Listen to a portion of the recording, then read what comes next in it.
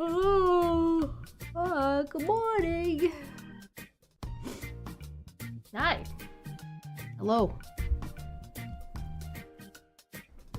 Are we ready for more rhetoric and persuasion today? Are you guys ready for school?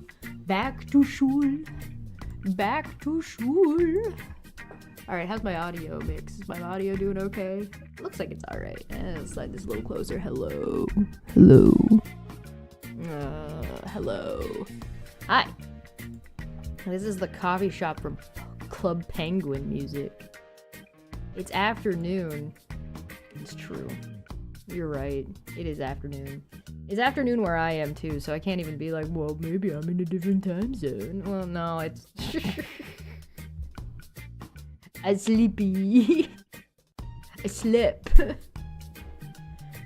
Okay. Oh.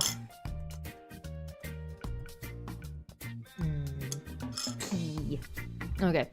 So, today, we have to choose the topic for our op-ed. Rhetoricanary.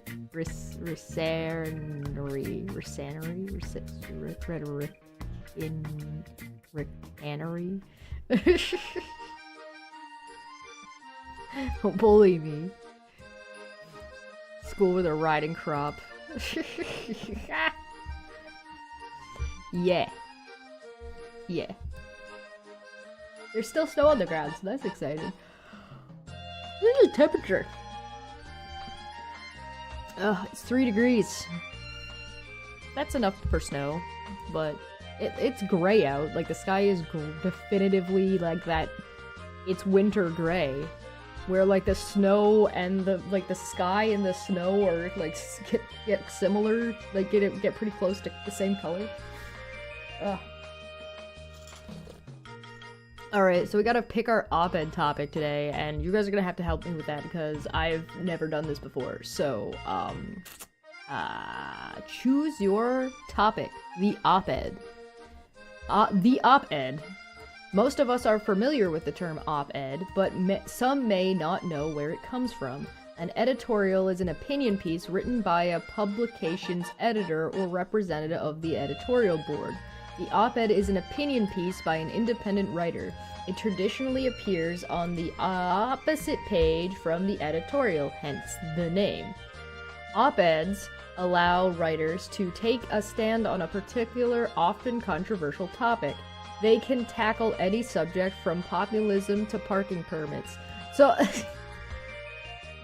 alright. This has already ruined me. The internet has ruined me as a person because I'm like, controversial? What if I wrote an op-ed about how Vaporeon is not, in fact, the best breeder Pokemon for humans?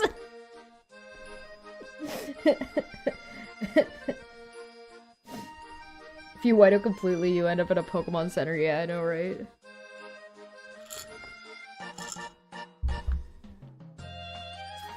They allow experts and ordinary citizens to contribute to public discourse, and writing one is an excellent way to practice your rhetorical skills. Your topic. The first thing you will need is something to write about. Think about some issues that matter to you. If you could change one thing about the world, your country, or your community, what would it be? Why is it important? And what would you want people to think or do? How might you persuade them? In the space below, state your topic and your opinion. Goblins make the best writers. I don't know. What about the education system? What if we write about how, like, the education system needs to be updated to put less barriers between topics and have things the education system should be divided into a point system per subject, so students are no longer learning something based on how old they are, but are learning something based on how experienced and knowledgeable they are on the topic.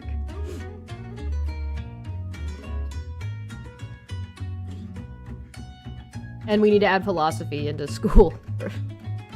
Philosophy should be an overarching... Oh, and all the schools in Canada should be French immersion, except, like, all the base public schools should be French immersion.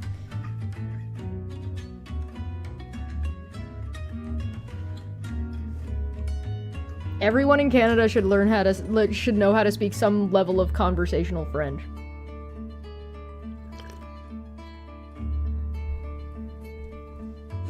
So, like, the subjects in my opinion, the subjects in school need to be less stringent on, like, this is this subjective class, and have more of an interlacing of, like, hey, this thing you're using in English class is applicable to science class. And I think what you do to tie them together is utilize philosophy. So you use philosophy as your interlace between the topics, but then the way you do your studies is like, hey, do this English course, and then do this English course, and then do this English course, and if you like these English courses more or less, you can advance through English faster than maybe you do math.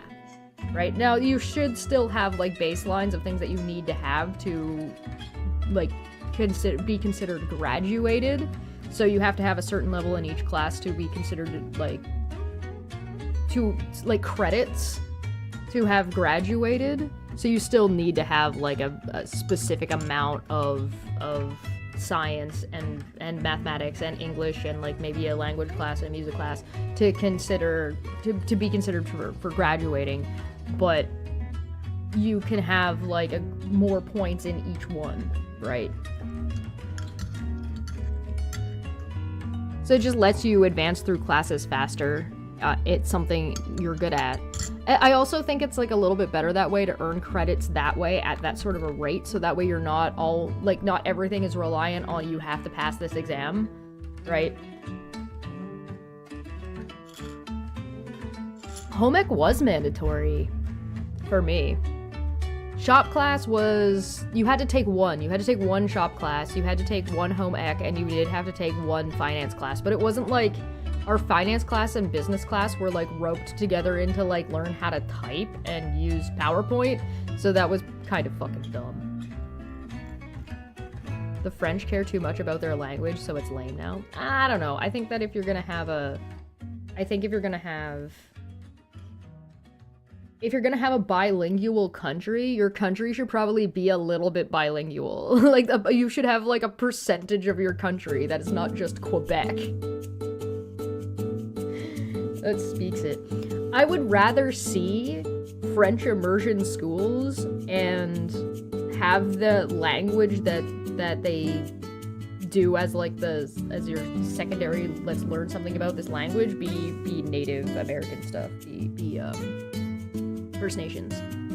Be like, I'd rather see, like, a First Nations course to be, like, a mandatory First Nations course to, like, a cultural study. History of goblins. The history of goblins is very, very complicated and not very well established as what is actually true and what is actually false.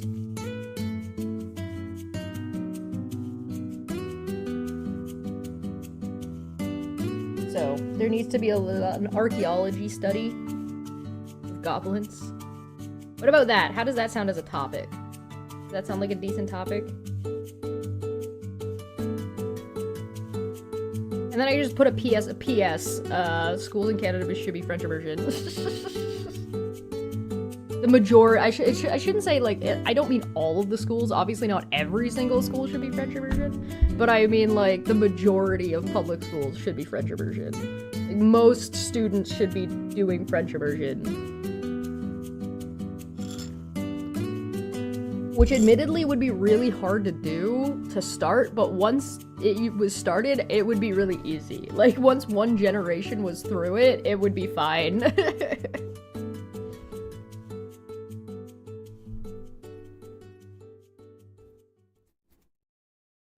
Took all of the shop classes in high school and became a contractor. Not because shop classes, because I was a fourth generation constructor. I took shop all 4 years as well. I like shop class. We did like AutoCAD and like a little bit of shop class. For some reason, shop class had architecture. We learned how to do lathes and stuff and like operate them, which was kind of silly because I really would have liked learning a little bit of like the maintenance because I ended up doing that later. But whatever. My life path is nonsense. The floor should be made out of floor. Probably. A lot of floors are made out of ceiling.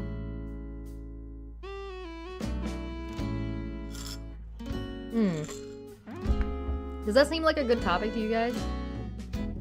We could have another option. What do you guys think? I think that we should, to invest in more green in our cities, schools should have a program that loops together agriculture, biology, like plant biology, and ecosystem science with catering, organization, and home ec and cooking, as well as gets the high school students to do some construction and planning. So one class that's a little bit older does the the nutritional planning or the school lunches. Then the kindergartners plant everything and take care of the garden, and the high schoolers construct the greenhouse on top of or inside the school bounds.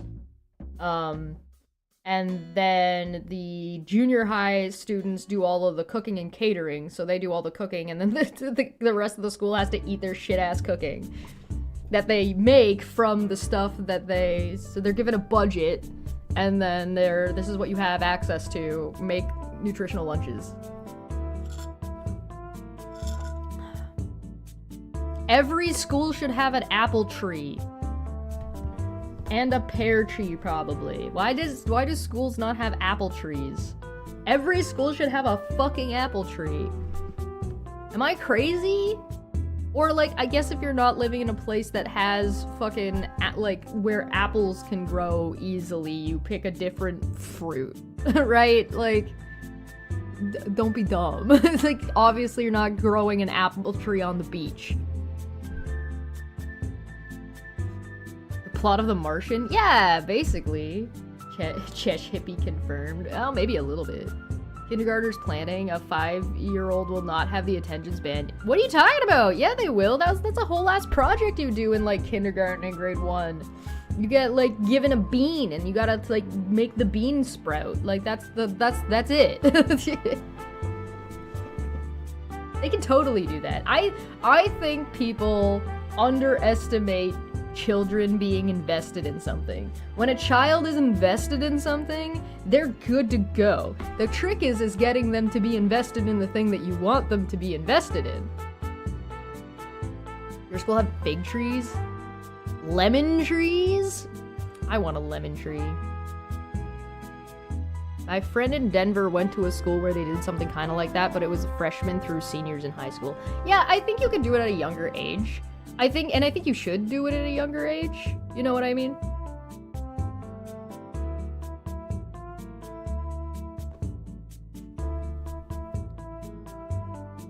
Kindergartner will spend 2 hours digging a hole in dirt. Yeah, see? Exactly.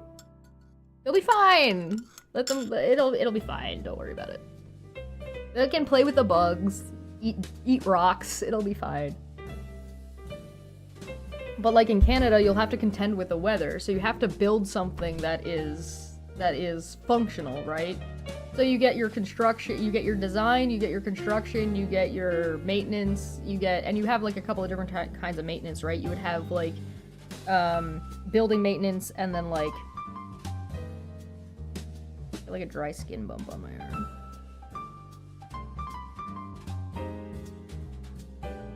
It's gonna bother me. I'm gonna pick at that all day. Spaghetti trees? What about that one? What about that as an idea? And then you can like collect rainwater and shit and use that for a portion of it. I think it would be good because it would also like lessen the carbon footprint of all the schools.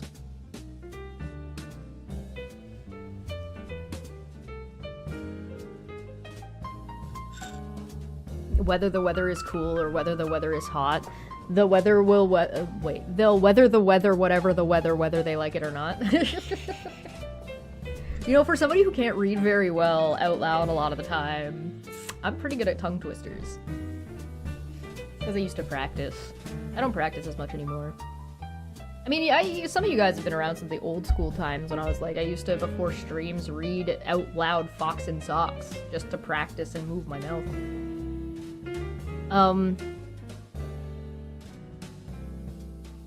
Also, my kid has been helping me in the garden since he was 2. Yeah. They're surprisingly good at that kind of stuff. Because it's like hands-on and it's messy and it's allowed to be messy and stuff like that.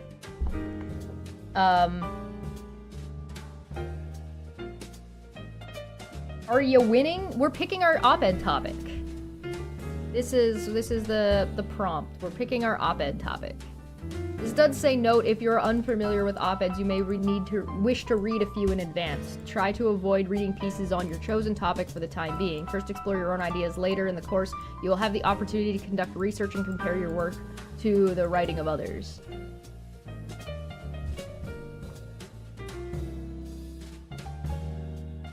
I remember. One of the most famous April Fool's Day pranks was the London Times reporting on the spaghetti weevil affecting the spaghetti harvest, including pictures of people picking cooked spaghetti off of trees. Oh, that's fun. I like that. We're picking our op-ed topic, and I was thinking, I don't want to do anything. So my first idea was like really complicated, and it was talking about interlacing, using philosophy as an interlacing tool between educational topics or educational units, so like science, English, mathematics, and then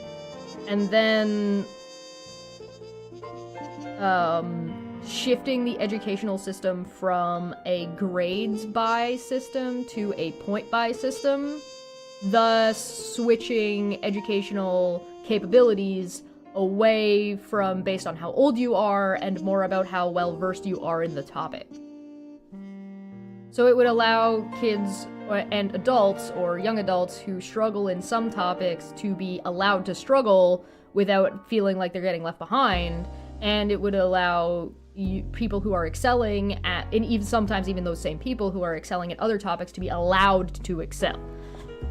You would still need a baseline of like to be considered graduated. You still need to have X, Y, and Z, but it would allow for a more personalized, catered course. I would also probably want to throw in that, like, why don't we have lectures from high-end professionals in a topic? We live in the future, my guy. I feel like a high schooler who's studying X, Y, or Z should be able to like get access to lectures from X, Y, and Z people. Hello. Don't pull an Amber with the topic. Yeah, fair enough. Love the Warhammer lore. Oh, good. We're talking about doing another one. We're talking about doing another one and doing the Primarchs. And going through each of the Primarchs and being, this is this Primarch, here's their story, and here's what they're about, and here's this Primarch, and here's what they're about. I just don't know if we're gonna end up doing 21 in one stream, but we'll see, I guess. My voice is soothing right now. Oh, that's nice. It's probably because I'm not freaking out. Half the time I'm just fucking screaming into the void as my mind melts like it's the Nazi at the end of, Raiders of the Lost Ark. Indiana Jones. Chesh is wearing a sparkly red dress laying on a piano. like the fairy godmother from Shrek 2. There is an educational system like that in Scandinavia. That's cool. I mean, it's good that, like, if I want to pick that as my op-ed topic, there are other countries that actually do this.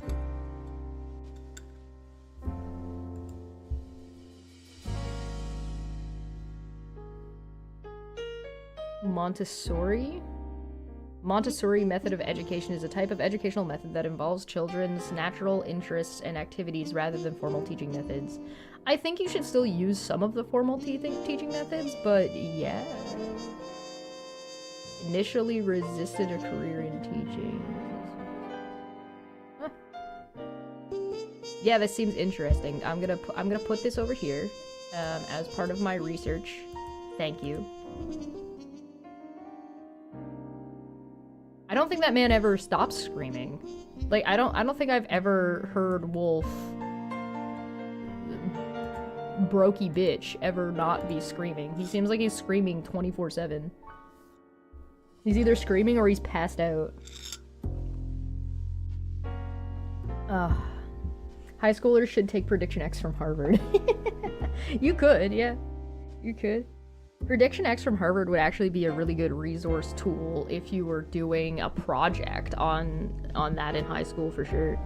Sorry, I apologize. I'm just moving some stuff around. I'm getting a notebook out because like I feel like I need to write some things down for what we're talking about for picking an op-ed topic.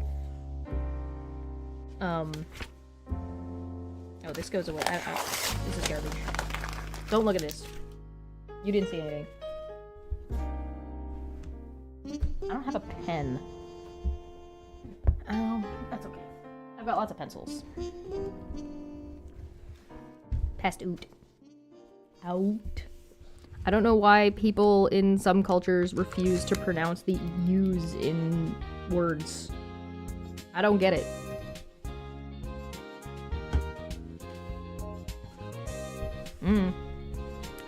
Alright.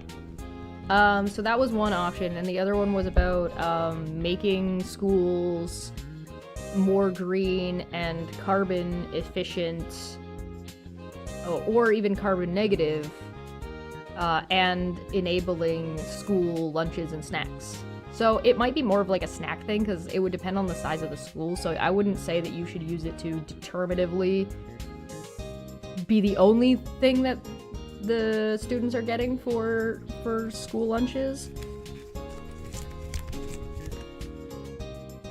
But, like, a thing. Right? Even if it's not, it probably wouldn't be every day either. Like, I don't think you'd be able to produce enough food just at the school. Or at least that would be turned into a 24/7 job. Which I don't think is... I don't think the math works out on that. Even if there's just, like, a big potluck at the end of, like... Or maybe you have seasonal ones, so there's, like, 4 a year or something, so there's one at the beginning of the year, like, one at the beginning, one at the... So like, the food is seasonal, so you plan ahead of time. Are you pronounced hour or bought? Bought. Hour. The difference between hour and hour? Hour? YouTube blocked my mention of Ben Shapiro. That's funny. You think though that's a good topic? Maybe education is too complicated. Like, I feel like this is a situation where it's like, keep it simple, stupid. How about all schools should have a fruit tree of some variety? Dependent on the size of the school. So, like, for every 100 children, there should be a fruit tree. Like, does that seem, like, for every 100 individuals in the school, there should be a fruit tree.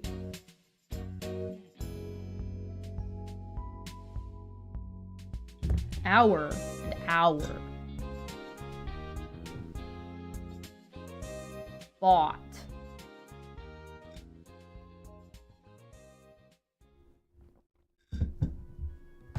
About. Brought.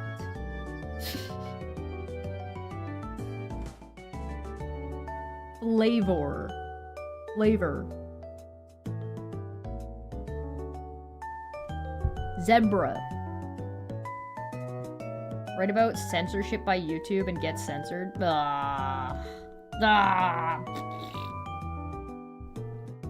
Pretty bigoted against Inuit schools, Chet. Why is that bigoted?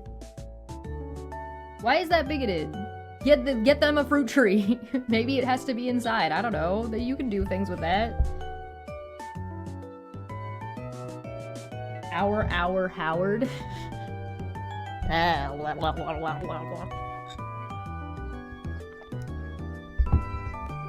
I feel like you can make a pretty good argument for just, like, all schools should have a fruit tree or something. The infants in primary school I went to had an apple tree. Like, they're not, like, the maintenance on them isn't that difficult. I guess you have to worry about bees. Like, you know, I mean, you don't have to worry about that much. What about honey? What about all schools should also have beehives? Yeah, greenhouse on the roof, man. That's what I'm talking about. All schools should have greenhouses on the roofs. Maybe they don't always do food. Maybe some of them are like a butterfly conservatory type shit. I don't know. I feel like there just should be more nature. We have like we have schools and we have these big fucking open spaces for like track and stuff. But there's definitively space and for like kids to run around and shit. But there is also definitively space for like bat boxes and honey bees and like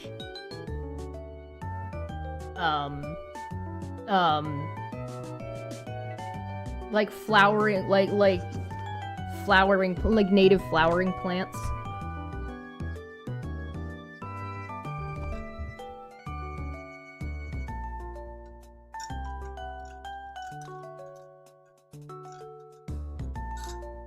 Are bee allergies common?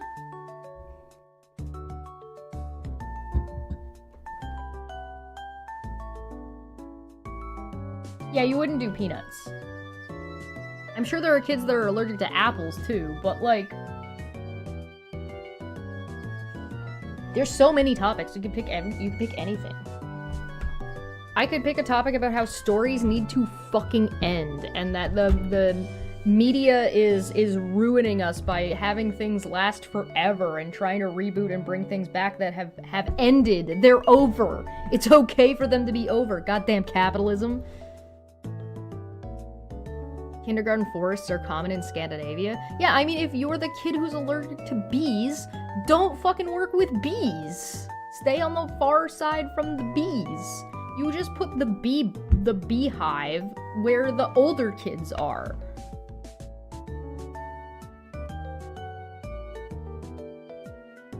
My score from 1984 to... What? Are bee... Oh, hold on. I gotta look up how common bee allergies are. How common are bee allergies? I want to know in Canada. I don't really care about other places right now. Review of honeybee venom allergens. Let's take a look. Honeybee venom is a source of proteins with allergenic properties, which can result in various symptoms ranging from local reaction to systematic life-threatening anaphylaxis or even death. According to the World Allergy Organization, or WAO, honeybee venom allergy is one of the most common causes of anaphylaxis. Among the proteins present in honeybee venom, 12 protein fractions were registered by the World Health Organization's Allergen Nomenclature Subcommittee, WHO/IUIS, as allergic. Most of them are highly immunogenic glycoproteins that cross-react with IgE and, as a consequence, may give false positive results in allergy diagnosis. Allergenic fractions are different in terms of molecular weight and biological activity. 8 of these allergenic fractions have also been identified in honey. This explains frequent adverse reactions after consuming honey in people allergic to venom and sheds new light on the causes of allergic symptoms in some individuals after honey consumption. At the same time, it also indicates the possibility of using honey as a natural source of allergen in specific immunotherapy. I mean, neat, but like, how many people? Like, what's the rate of that that's what I mean, that's interesting, but that's not what I'm looking for. I want to know how many people. Allergens in Canada, stats. Okay, here we go. Allergies in Canada, stats, types, and resources. From common food allergies to seasonal pollen sensitivities, this article dives deep into the subject of allergies. What are allergies? Okay, types of allergies. Food, seasonal, medication, latex, insect stings. Current allergy statistic in Canada. In 2017, approximately 8.4 million Canadians aged 12 and older, 27.3% of the population, reported having allergies diagnosed through allergy tests. Notably, females, 28.9%, were more prone to reporting allergies compared to males, 25.6%. The prevalence of allergies among females was the lowest within the 12 to 17 age group, while for males, the lowest percentage observed among those aged 65 and older. The most common reported allergies by Canadians were pollen or grasses at 70.7%, followed by certain animals at 28.5%, dust mites at 27.3%, and specific medication 28%. Among individuals with allergies, around 3.6 million people, or 42.8%, reported being allergic to multiple allergens. In Canada, there's over 3 million self-reported cases of food allergies. Nearly 600,000 children under the age of 18 suffer from food allergies, emphasizing the significant impact on younger demographic. Peanuts are one of the most common allergies, affecting approximately 2 in every 100 Canadian children. Hay fever affects nearly half of all children in Canada. Well over 20% have been diagnosed with asthma. This says nothing about bees. No. Control F. Bee. Insects, that's just shit. No. Nothing about bees. Oh, well, this isn't... This is not... No. This isn't a tangent. This doesn't count as a tangent. We're researching our op-ed topic. Which means everything is on the table right now. There are no tangents here. Not yet, anyway. The music's a bit loud. Alright, how's that? Is that better? Image searching a graph, yeah.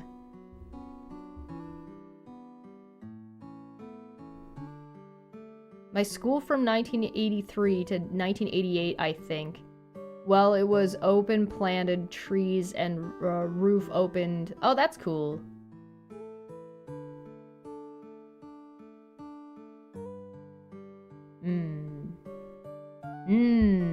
Another. No, we're not on tangents. We're picking our op-ed topic.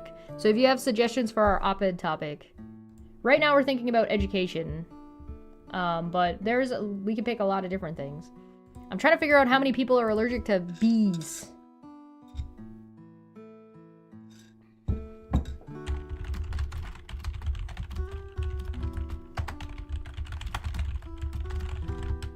Not honey, like bees.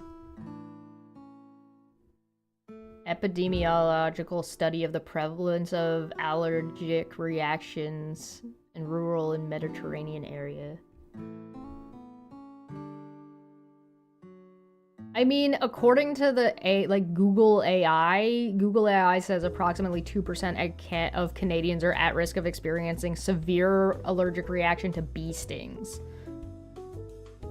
which allegedly translates to 8.4 million Canadians aged 12 and older. But, that's not right, because, if you keep reading it, it says... Because we read the article, right? We know that that's not right, because it says Canadians aged 12 and older who reportedly have allergies diagnosed through testing. Though this figure includes all types of allergies, not just bee stings. So that's not even remotely close to being correct. Luckily, we read the actual thing ahead of time. Anaphylactic death due to bee sting, a comparison study. Okay, so let's see. Anaphylactic death due to bee sting, a comparison study. In 2000, the World Health Organization reported that in the United States of America, there were 54 deaths attributed to bee stings from a population of 281 million. Only 0.4% of the population is allergic to stings. First line of treatment of stings is epinephrine. Best delivered when anaphylactic symptoms are first noted. The spring of 2012, 2 males were stung in Windsor, Essex County, resulting in cardiac arrest. And then there's the patient A and patient B. Okay, so yeah, not very many people. Not very many people are allergic to bees. So I think you could get away with planting, I think you can get away with taking schools, making them more like both one, aesthetically pleasing, and two, interesting, and like you can learn from the ecosystem and make that sort of part of the education of outside study, like and study outside a little bit for younger kids. And you could totally have bees. You could do bees, get some good plants going. You get to learn about the plants in your local area. You put a couple of bird feeders out there. You get like a bat box, which you just really need a really tall stick for, and like a properly sized box, and then you can have some bats hanging around. And we can help solve the problem of not having enough bees. Like how many public schools are there on average in a city? Right? Like, I mean, obviously it'd be based on the size of the city, but like for every, like, how many public schools are in Canada? Let's just do the whole country. How many public schools? Education System Statistics Canada. In 2020, Canada had 14,600 public schools and 436 post-secondary educational facilities. So if you were to take 14,600, this is according to Statistics Canada. If you take 14,600 public schools, and instead of everything being fucking the same grass everywhere, right, and actually, like, planted some like plants that are like local plants, like not invasive species, and then like every couple of years you let some of the kids be like, hey, do you want to put these plants in or these plants in? And you can add perennials, right? You add in the ones that are that only last 1 year, so that you get a little bit of gardening, you get to dig a hole, you get to learn about the plant, you know what I mean? And then you just pick plants that are, like, native to that area. So, like, you pick Northern Ontario plants, Southern Ontario plants, plants that are native to Alberta, right? And then you just slap a fucking bee box or two in there. And then you let the fucking high schoolers build bat boxes and bee boxes and shit in their fucking classes. And then all of those just get, you know, fucking shipped out to the other schools. It's not like they would be able to do them all in, like, 1 year.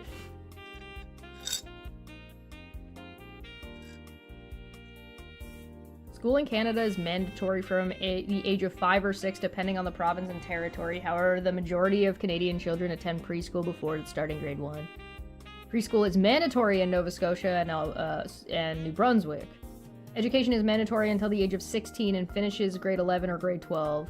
Again, depending on the system in the province or territory, students have the choice to attend higher education at university or college.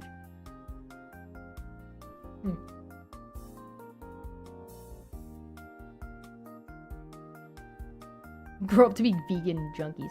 Well, I mean, people don't... depending on the vegan you're talking to, they will be okay or not okay with honey. Honey is a little bit unique in the way we obtain it. Well, I shouldn't say we, because that really depends on where you live.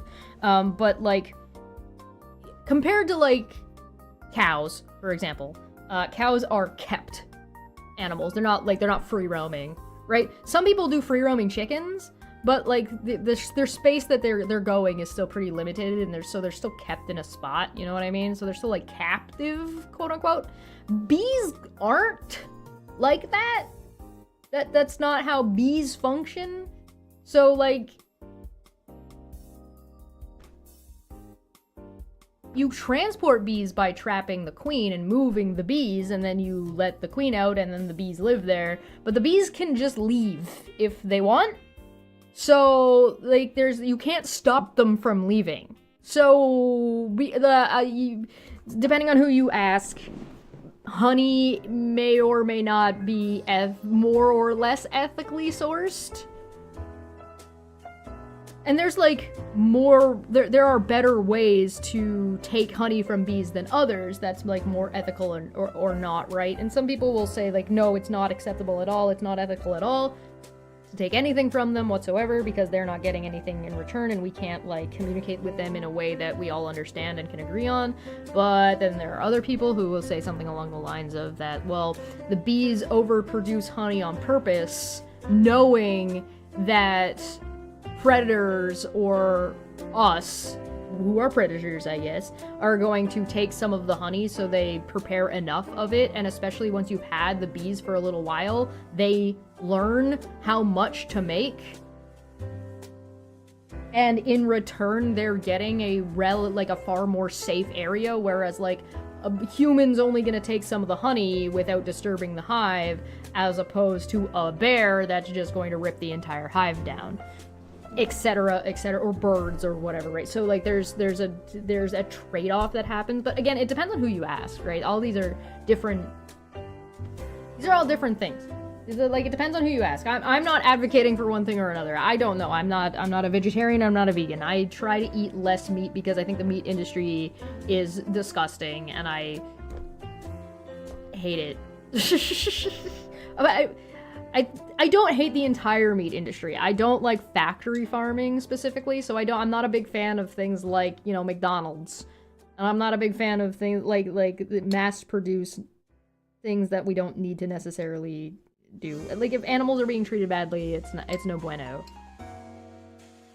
But I'm not gonna sit here and I'm not gonna preach about it. I don't know.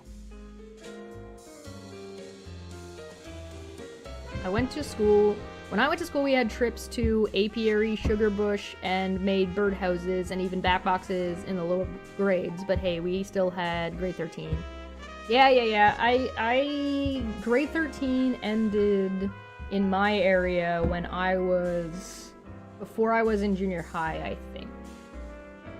I'm pretty sure. Pretty sure I was still in grade school when that stopped.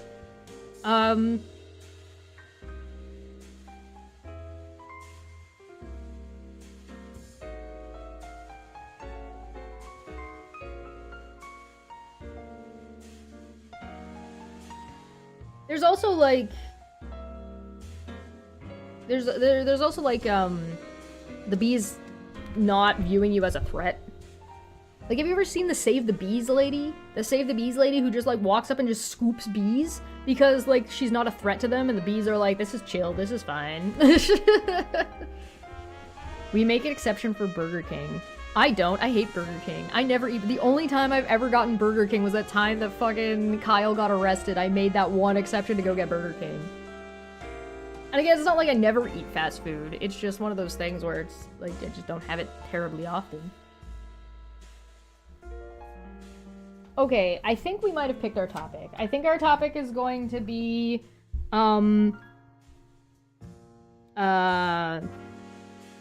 upgrading, how would you word that? Upgrading and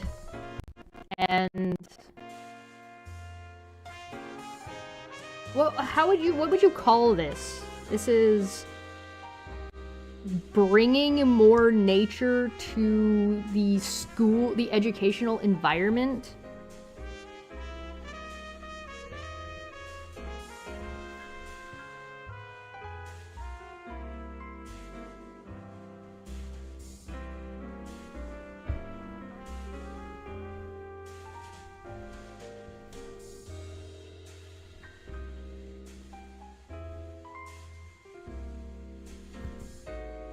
Learning environment?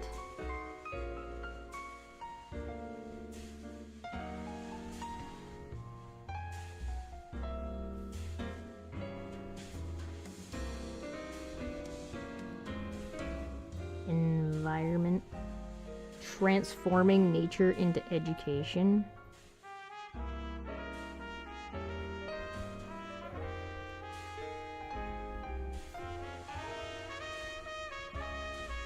Sounds really gay.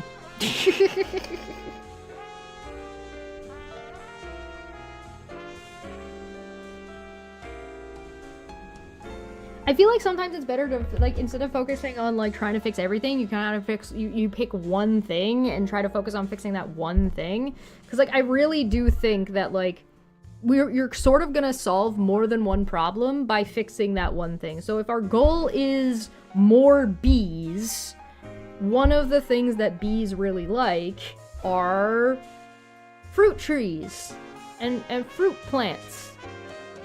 So, or vegetable plants. So it would be reasonable to plant a fruit tree as one of the things that gets added. So you plant a fruit tree, you get some fucking bees.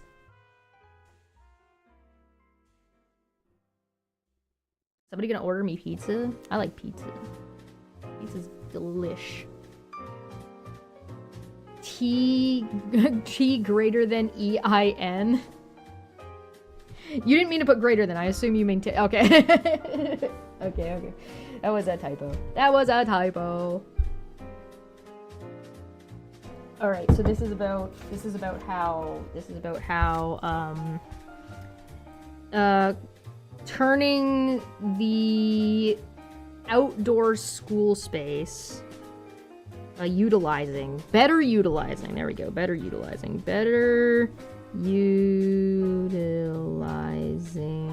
I'm not showing you my handwriting.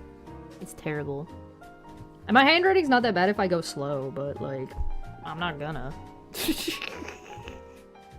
Order Cheshire vegan pizza. Worse than swatting by far. I don't think I've ever had vegan pizza. I've had vegetarian pizza, but not vegan pizza. I like a lot of vegetarian food. Bringing indoor education to the outside. Better utilizing the outdoor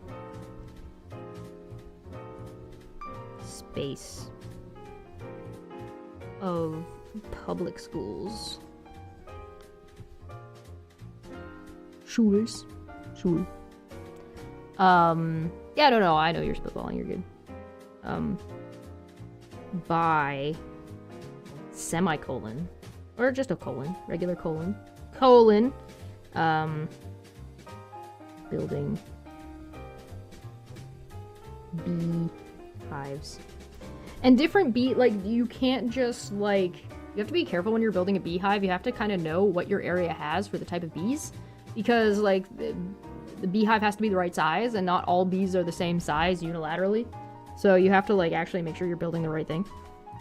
Building beehives. Planting more local flowering plants. What did I say? Fruit tree.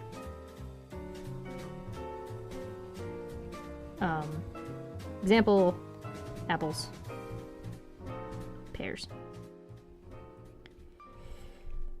Apples and pears, so in Southern Ontario, apples and pears, super easy. Super easy. And you can, teach kids how to make, if you wanted to, you could teach the kids how to make, apple cider, or, apple sauce, or apple juice. You just let them eat the apples. You know what I mean? They're apples. And, pears are the same, so, maybe have apples and pears, so there's, a little bit of options. You build a beehive, you're usually buying NUCs and frames from local apiary. Yeah. I mean, you can build a beehive out of skidwood if you really want to. Nothing's gonna stop you from doing that. I should do that for stream, actually. I should do that. You guys want me to build a bee box? I mean, you want me to build a beehive? I can do that. That's doable. What else did we say? So I guess the problems this will solve, or that this will assist with, is threefold. So this is 3 issues addressed. One is, let's call it A. Carbon footprint.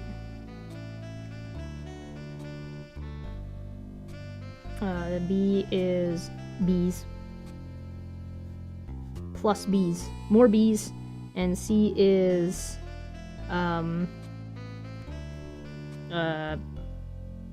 fruit trees can, enable I mean, I guess there's two things here, right? There's practical education for the building and the planting and like the doing things with the fruit. Let's call it practical education. Practical education. Bees for bees. Wasp living here for 20 years and not been stung. I think they've actually grown used to me. Maybe they're just pretty chill. If you're not threatening them or they don't want anything from you, like they're not really gonna do much. Bumblebees. There's some wasps that live out here and they're usually pretty fine. Puck used to eat them. A for apples, B for bees, C for cheese. Cheese. Oh, I guess I should come back, shouldn't I? Hello. Hi, it's me. Here's my doofy face. Okay, so that's... Alright. Here's my green notebook.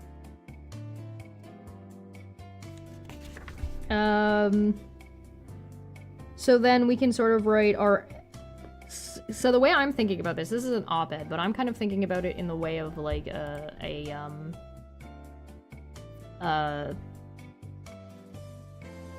what's the word I'm looking for here? Brain. I'm thinking about it like a persuasive essay. And so like the essay structure is introduction of what you're trying to do, what you're talking about, your 3 major points and arguments, and then your closing statements. So that's kind of why I'm divvying this up the way that I am. I'm not sure if that's going to be the structure that they're going to want or use, but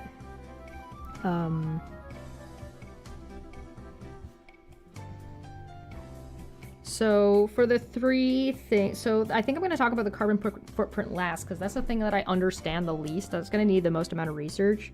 But I mean,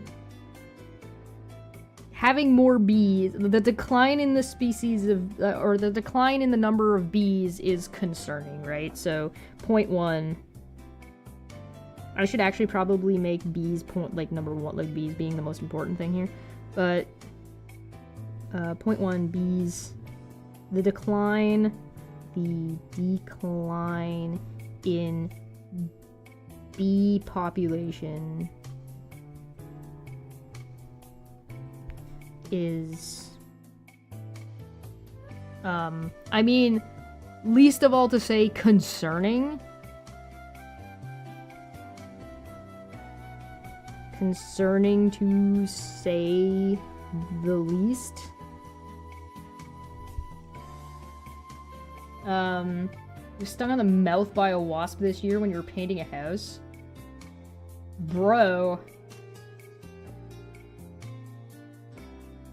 Yeah, if all the beehives you make are the same, yeah, that's why you don't, right? You don't get like, there's a reason why you wouldn't get like the government to order and mass produce a bunch and then deliver these beehives to the school, right? You get your other local kids to build the boxes and design the boxes with their local bees in mind, and then boom. I just ordered a pizza, thanks. Did you? Nice. So that way, oh hey, right hand Sith. So that way you have the local bees in mind, and you're not, like, the whole country or the whole province isn't just focused on one type of bee, because that's no bueno either, right? So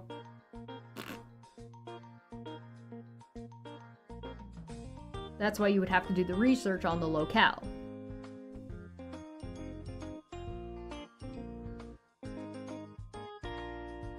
So if I were to go, like, let's say we go bees in southern Ontario. And I check out, let's say, native bees of Ontario. Boom. And Government of Ontario website. So let's take the Government of Ontario website. And we go, status, special concern. Special concern means the species lives in the wild in Ontario. It is not endangered or threatened, but may become threatened or endangered due to a combination of biological characteristics and identified threats. This is American bumblebee. Bombus pennsylvanicus.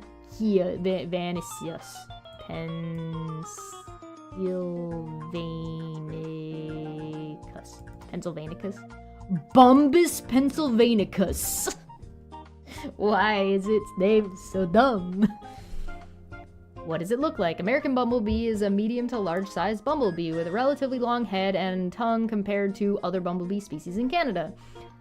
The females have distinctive dark wings and yellow and black banding on their abdomens, the section of the body furthest from the head, a pattern that is consistent across the species Canadian range. Male bees have longer antennae than females and have mostly yellow abdomen with an orange tip. Where does it live? Farmlands, meadows, and grasslands. This species usually nests above ground in dense mats of long grass, but has also been known to nest in abandoned rodent burrows and birds' nests high above the ground.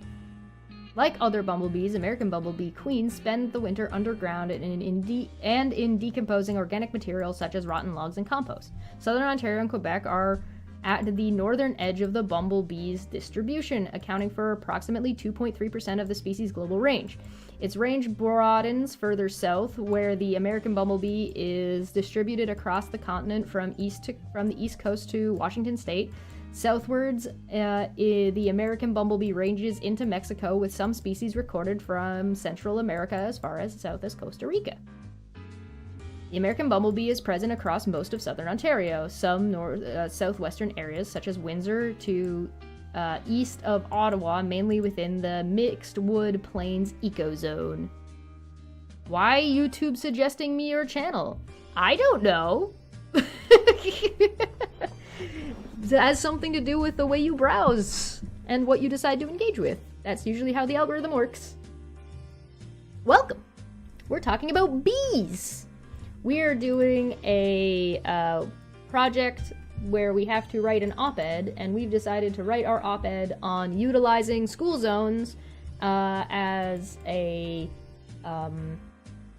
way to stabilize and enable local ecosystems, including helping bees and making more food, I guess.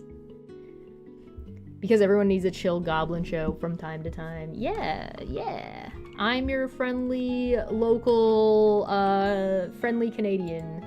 Friendly support Goblin and Canadian. Talking about bees! Pesticide use, habitat loss, pathogens. Actions we're taking. Okay, well that's okay. I'm not too worried about this. But that's like just one type. So what else we got? What other kinds of bees do we have? So if I don't put Ontario, what if I put, what if I search, oh, hold on, native bees. Native bees of Ontario. Oh, here we go. So there's a couple of different kinds of native bees in Ontario. So what you would do is you would just section out or figure out which bees you want in your area. So they're usually in portions of Canada. There is a lot of research that goes into local wildlife and ecosystem. So local wildlife and ecosystems are, because they're generally studied already, there's probably somebody who's an ecologist that can tell you what bees you want in your area and what bees you should want to work towards, right? Or what bees need a little bit more help. So you get the designs from them for your beehives and what flowers to plant from them, and then you let the kids choose from there and let kids do the work. Wild native bees are responsible for a large portion of economic benefits. There are approximately 800 species of bees in Canada, roughly 400 in Ontario. That's a lot of bees! That's a lot of different kinds of bees. 16 species of bumblebees that currently reside in southern Ontario. Bumblebees. Learn more about bumblebees. I want to learn about bumblebees. Tell me.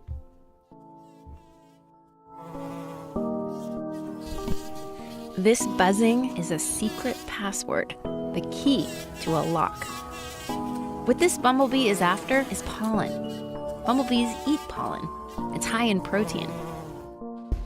But the flower doesn't want to All right, well, if you're, you know, one of those people who's got to get them gains, start eating flowers. give it to just anyone. So it hides it away in those bright yellow anthers. For a flower, that's unusual. Most flowers keep their pollen on the outside of the anther, which is the male part of the flower. Pollen is basically sperm for plants. Yeah, so if you were ever wondering why you're sneezing, it's because plants are splooging all over you. Most flowers make sugary nectar, too. They use it as bait to attract bees and other Look at how cute! It's so cute! I love bees. pollinators, which get coated in pollen along the way. And since bees are messy, they inadvertently scatter some of that pollen onto the female part of the next flower they visit. Look at how messy they are. That's the way I eat, just can throw shit everywhere. That's how most flowers have sex. I don't know if I would use that term, but sure. But this type of flower doesn't offer nectar. The only way to get to its pollen is through those tiny pores at the ends. But the bumblebee knows just what to do. It wraps its legs around the flower and bites down on the anthers, that male part of the flower. See those wings shaking? So Normally, the fluffy. bumblebee uses those powerful muscles to flap its wings. That's what makes the buzzing sound when they fly. But here, those muscles vibrate its whole body, so hard and fast that it makes a louder, higher-pitched buzz. This vibration shakes up the pollen trapped inside the anthers until it spews out all over the bumblebee. Why are you using this language? They're literally just like, so the bee's a vibrator and it grabs on and squishes itself into the to the inside and to get the flower to splooge everywhere. Wow! Guys, come on. Zelfer5 said, "I'm sold. Please make a bee box." All right, I will add making a bee box onto my list of things. It goes on with my astrolabe, right? We got to make that astrolabe. But yeah, we'll do a bee box. I think bee box is gonna take the priority because bees are cool. Let me get a note. Sticky notes. I got sticky notes. So that way I don't forget about all the things we're working on. Bee box. We're gonna have to pick what kind of bee we want to do. So we'll have to vote on that later. Sticky notes. It's called buzz pollination, and you don't need a bumblebee to do it. A tuning fork Joke's on you. No educational program is ever ready for me. will do.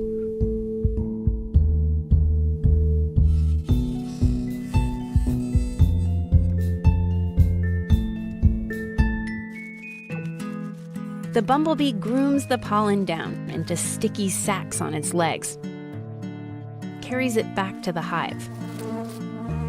Only a few types of pollinators, like bumblebees, are capable of buzz pollination. Honeybees can't do it. This field is kind of a free-for-all. Think Las Vegas buffet. Tons of food, but long lines. Lots of competition. It's not me. They just called it Las Vegas. Buzz pollination is more like a private club. By only permitting pollinators that know the secret knock, the flower It's a ups VIP the room. chances that its pollen will end up on flowers from the same club, the same species. The bumblebee? Well, sure, it has to work a little harder, and there's no sweet nectar. But it's a reliable pollen stash that almost no one else has access to. Tomatoes, potatoes, blueberries. All of these need buzz pollination to reproduce. Much of the food we eat owes its existence to that buzz. Our secret password here at Deep Look? Don't tell us that. We don't need to worry about that. I feel like I didn't learn as much about the bees, but that was like, I did learn something. But can I like get a list of bees? Yellow banded bumblebees. I guess I don't have to do the project. I guess this is the project that I'm saying that, like, the kids should do and work on together, not the project I have to do. But I guess I need to, like, test it myself to see if it's, like, a viable option, right? Like, if I'm gonna propose it, I should have probably tried the experiment, right? So, decline in the bee population is concerning. The space is already there to be utilized to fill the need.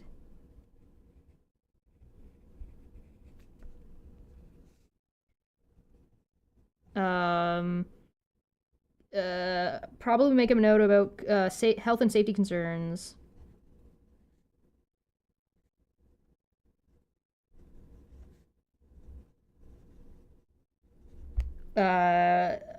Note that only like 0.2% of people are allergic. So like that'd be like in Canada that'd be even less, right? And they'd only be a quote unquote threat for a portion of the year, right? Because we have winter and bees go into hibernation, so they're only really going to be like quote unquote problematic from March until June.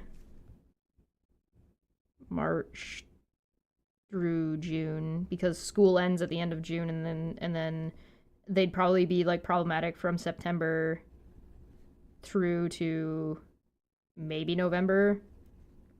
Question mark. Depends on the bee, I guess. So we don't have to worry about that too much. So there's only like a handful of months that we did like November, December, January, February. There's like so four months you wouldn't even have to be worried about them.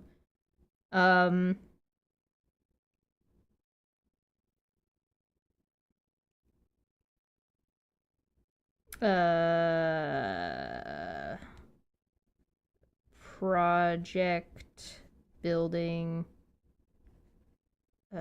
works for can be done by local students. I want to avoid using the word children. Like children and kids is something I want to avoid. I don't think that's a good term to be using in our op-ed. Found out the killer bee was made by mixing Africanized bees with Etulian bees? Really? Are you talking about like the murder hornet? Or are you talking about like killer bees? Because I think those are different things, aren't they? They're using the oh yeah, no. I think quote unquote bees quote unquote would only quote unquote be quote unquote problematic for part of the quote unquote year. Yes. Yeah, like bees wouldn't be that big of a... Kids or baby goats may cause confusion. Yes. So hold on, let me check. So we checked bees in southern Ontario, but what if we check bees in Saskatchewan? Let's see if bee gardening at University of Saskatoon. Yeah, there we go. Look at that. Bees! What do we got? What would we do without bees? Blah, blah, blah. There are at least 800 species of bees in Canada. Honeybees, an introduced species, normally nest in large, blah, blah, blah, blah, blah, blah, blah.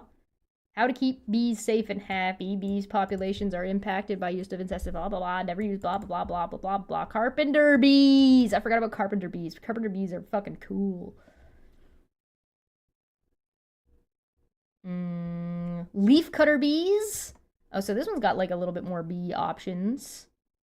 Bee hotels. Wait, recently bee hotels meant for solitary wild bees have hit the market. However, a researcher at York University has discovered that more wasps than wild bees actually inhabit bee hotels, and that problem occurs because wild bees become prone to parasites. Researchers in Europe have also found that bee hotels lacking and recommending better features, including a roof to keep the hotel dry to prevent rot and mold, correct installation a meter above the ground facing south or southeast, as well as annual maintenance to remove dead or diseased cells. For more instructions about building and maintaining your own well-designed bee hotel, see here. So one of the options would be to set in, maybe a school would decide, hey, we don't want to do social bee, we don't want to do carpenter bees or honeybees and have a big nest. We want to do a handful of little nests that we're just putting around, right? So you don't have to do like a big hive. You can do smaller little ones. Options for solitary bees or hives. And then you can also like make sure that you get the right kind of bees if you're doing a hive by specifically getting that type of bee, right? Like you go to like a fucking, I don't know, fucking bee people. Each classroom can take one little hive. Yeah, you could absolutely do that. Swarms or nests.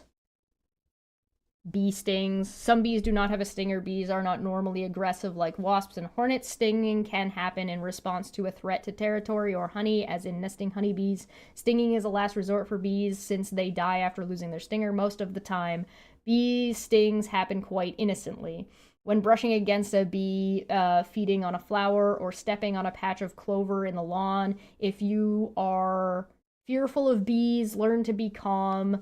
Slowly and quietly step back and appreciate them from a distance. If you are allergic to bee stings, reduce the risk of stings by locating flowers attractive to bees well away from patios, decks, sidewalks, and walkways. Keep your EpiPen with you when you are gardening if one has been prescribed for you. Look at his face. Look at him. Hey, he's so cute. No. Bee.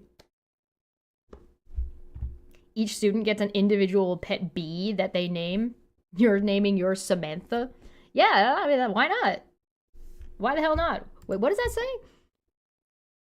These beekeepers work all year long to promote hive growth and make delicious honey. There are approximately 112,000 honeybee colonies in Saskatchewan. Saskatchewan's really into the bee thing. That's pretty cool. 350 species of bees in Saskatchewan have been identified, with more than 4,000 known species in North America. It's quite likely we have many more bee species that haven't been identified and studied yet. See below for a gallery of bee micro photos. Not all of these bees will be hardy here, but they're beautiful nonetheless. And since all bees share many characteristics, these will give you a greater appreciation of what is buzzing around in your backyard. Look at them. Oh my god, the leafcutter bee. Rusty patched bumblebee. Look at, he's so fat. Sweat bee. Brother. That guy looks like he's glowing. This guy's about to cast a spell. This guy's coming for your family. Jesus Christ. This guy knows what you did last night. Oh man, look at him. They're so cute. There's a little tongue sticking out. Blech. Adorable. Okay, so we need to make a beehive and we need to make a bee box, but we also need to make a solo one. We definitely have to make a solo bee house. Yes. Absolutely. Bees are basically a cross between a wasp and a teddy bear. I mean, kind of. I think we picked a pretty good thing here. So let's mark down our other points. We got 1.2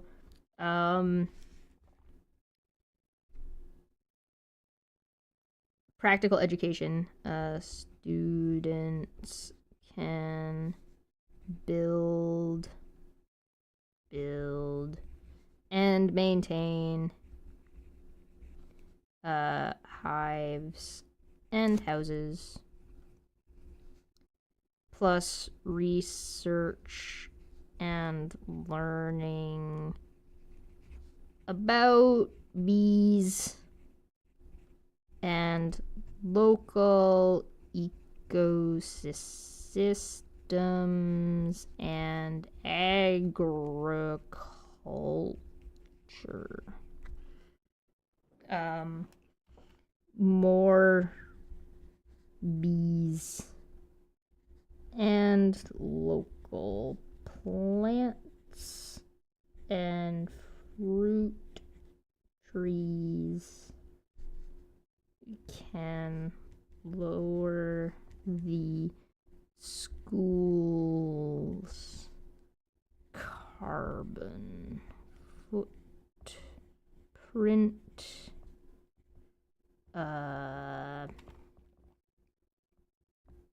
Access to fruit trees can lead to gardening and home economics projects on hand. There we go. And then we got part 3, which is, I kind of did practical education and carbon footprint in the same thing. Oh, so this needs to more bees. That's part 3. Part point 3. Okay, there we go. Chesh opening her Discord. You sent me bees? You sent me bees? It would be really funny if bees just shot at him. That could be fun. All right, so I'm gonna give you guys make a bee hotel. No, no. Page not found. Boo, boo, boo. All right, I'm gonna check Discord, and then I'm gonna write in what our op-ed topic is. It's ungraded, so we're good. I kind of wish this was laid out nicer. I kind of hate that. It's kind of fugly. It's okay. I have a lot of messages. Oh boy. What's this? Oh, yeah. We'll talk about that later. Dapper sent me something. So Dapper sent me a screenshot of a comment on his channel from last night that says, Grandma Chesh, what's your opinion on moist grandma? Wonderful. Boo.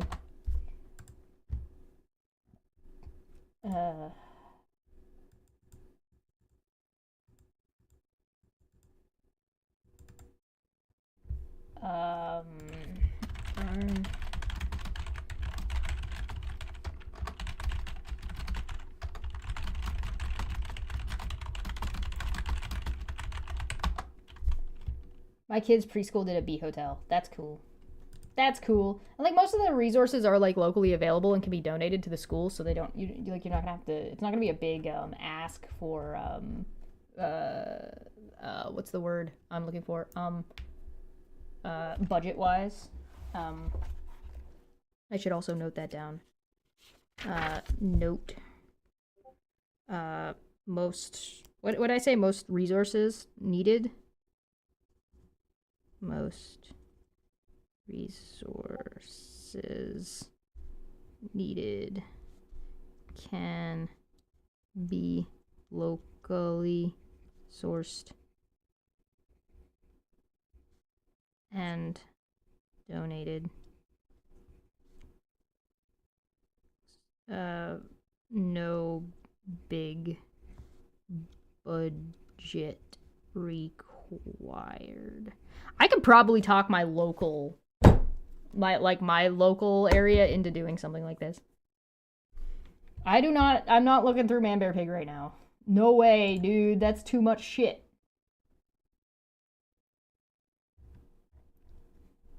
Where are the bees?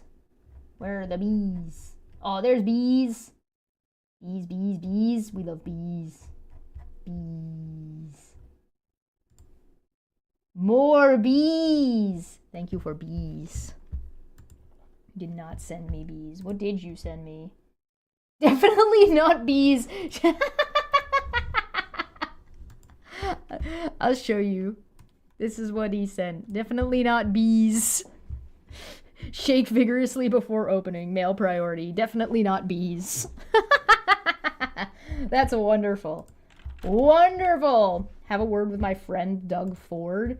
Yeah, I mean, it would be a provincial thing, but I think you could probably get away with it locally. So I think you could probably talk your locals into doing it, and if the locals are into doing it, like the mayor and the district people will be fine, and then like if you wanted to federalize it, you could eventually. But all right, let's write in our op-ed topic. Bees. That's not a good title. Like that's not good at all. So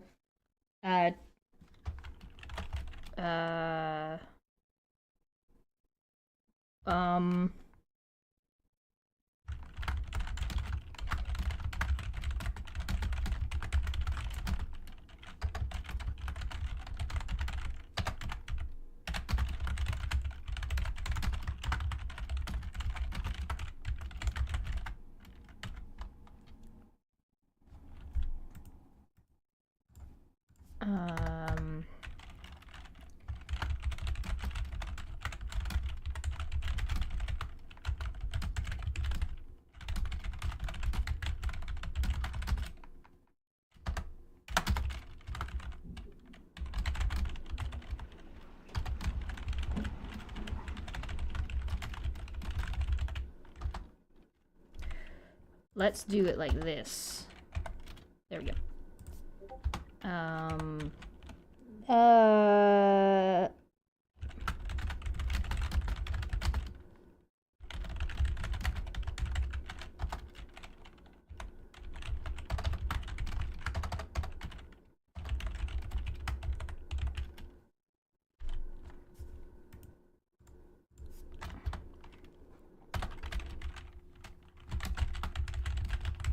3 issues addressed.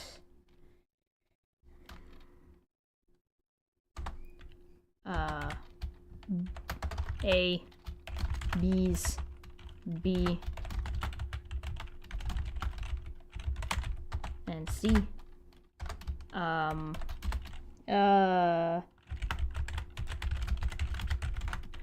It should be B populations. There we go. Capital P. I know what I'm doing. I know what I'm doing. You sent me a pizza. Thanks. I could use a pizza.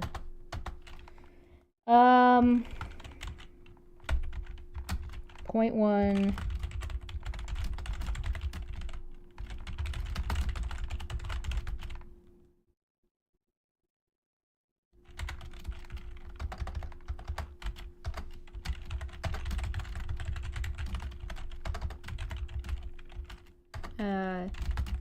Large way across a large space with little to no cost or little to no cost, because children are free labor, right? Children are free labor, basically. No? I think so. Oh. May as well, right?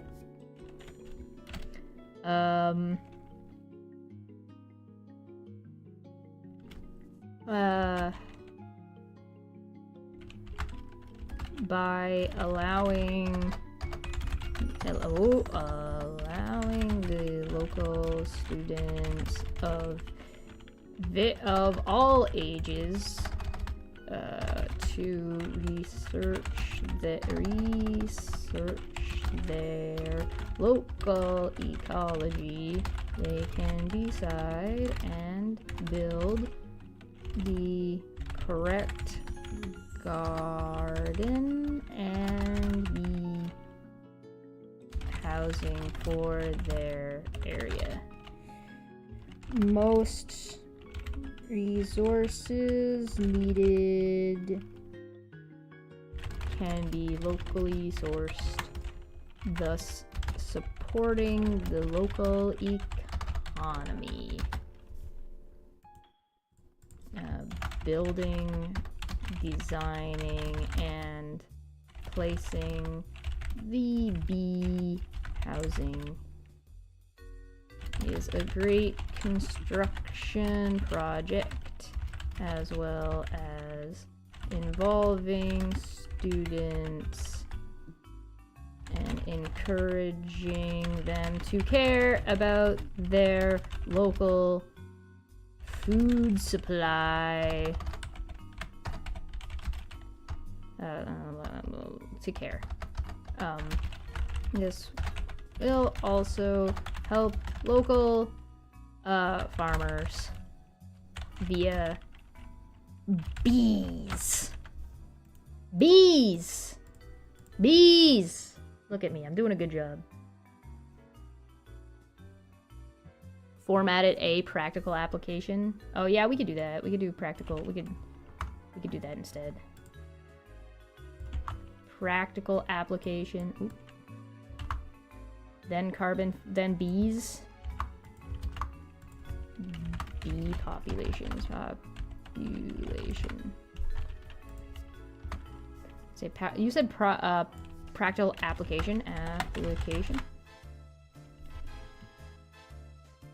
All right, so this will be point 2. B. Point 1 was practical application. Point 1A. Practical application.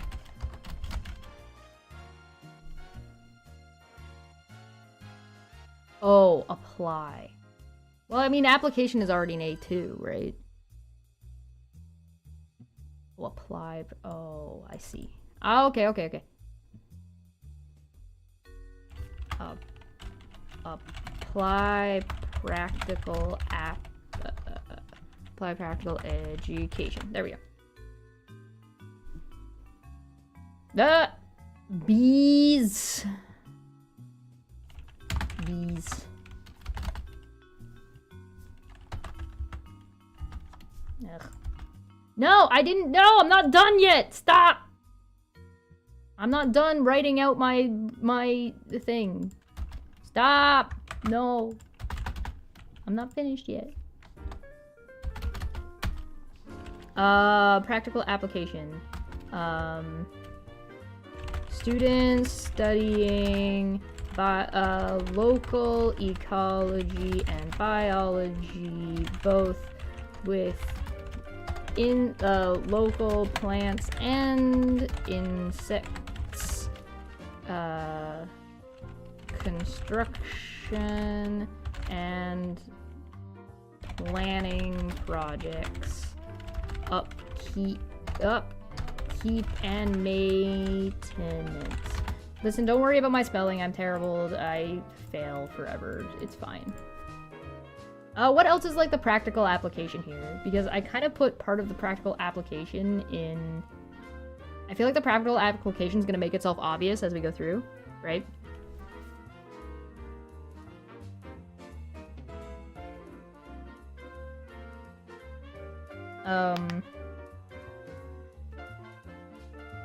I guess the practical application is also access to these are greatly attracted to fruit trees, bracket apples and pears. If the taking advantage of that to learn about everything, to work towards taking advantage of that to utilize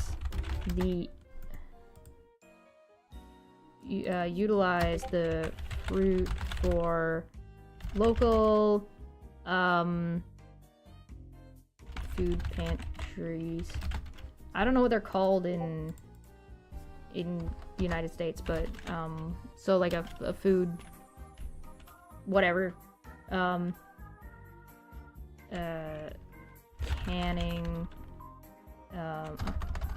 making apple pie, canning apples, applesauce, or whatever the fuck based on whatever fucking fruit grows in your area.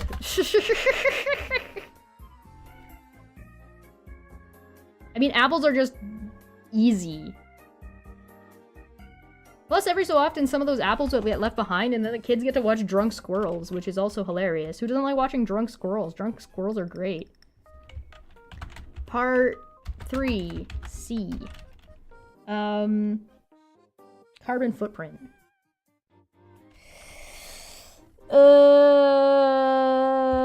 More bees and more local plants and more fruit trees equals less carbon footprint for an otherwise not greatly utilized space. More bang for your buck. Something about heat maps. Heat maps and hot spots inside of cities can be very problematic and hard to mitigate. This is a good way to do it. This would help alleviate that issue and be a more healthy space for students. Ah! Look at me go. I guess I should put in some counterpoints. Some counterpoints. Or points of concern. Safe, health and safety / bee allergies. The location of the beehive / houses can be as well as the location of the flowering plants can be located in an area where younger students aren't accessing. The number of people allergic to bees is very small.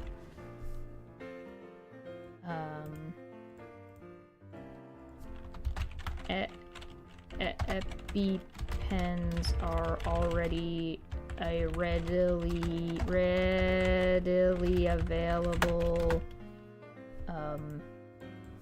safe precaution that exists within the system, so no new added costs or training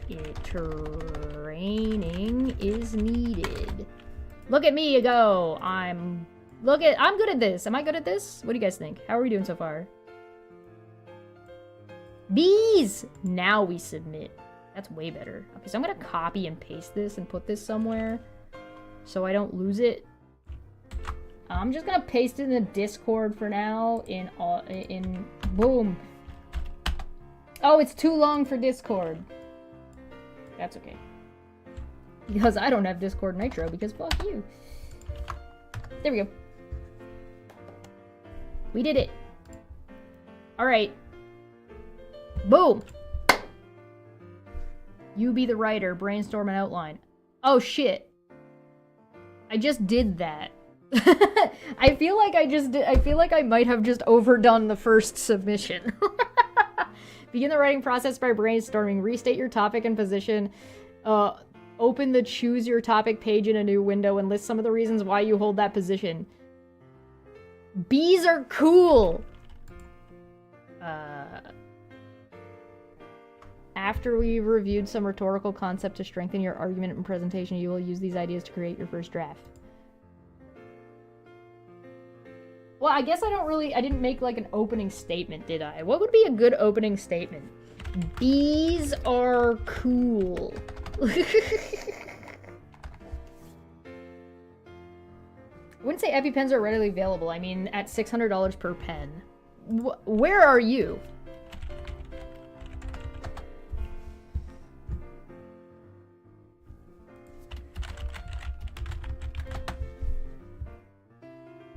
Because from my understanding, that's part of the school's budget in Canada. Like that they have those. They're $100 here.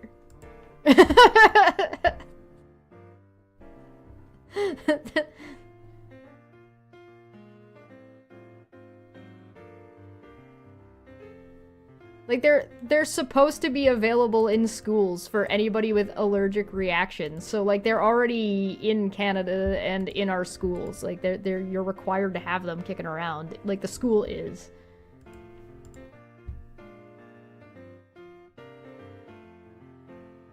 An emergency EpiPen alternative priced for Canadian market at $170 each.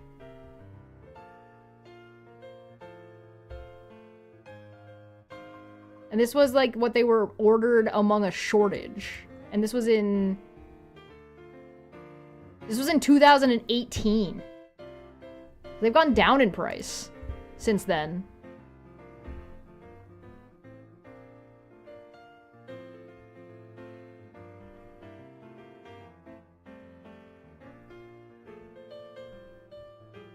Americans getting screwed in their,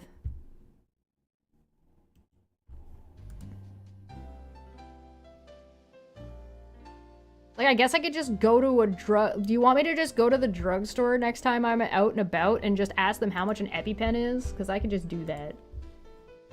So yeah, no, in Canada, EpiPens are relatively readily available. So, I mean, I guess if you're America, it sucks to be you. But I don't know if that's a good enough reason to not have more bees. We need more bees anyway.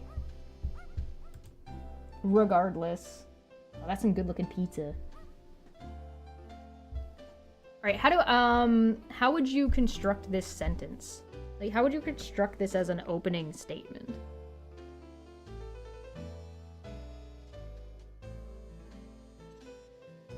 $600 per pen? Bro, what is wrong with the United States? I could set up a model train to cross a tunnel in a river to send you cigarettes, and you send us EpiPens. the new Underground Railroad. It would cost less. All right, I'm gonna take a quick break because we've been live for a while. You guys, let me know what you think should be the opening argument, because I'm not sure. I'm not 100% sure. According to all known laws of aviation, there is no way a bee should be able to fly. Its wings are too small, and it gets to get its fat little body off the ground. The bee, of course, flies anyway because bees don't care what humans think is impossible. That's not really about what we're... I mean, you're not, I guess. All right, we'll talk about it when we get back. So we'll be back in a couple minutes.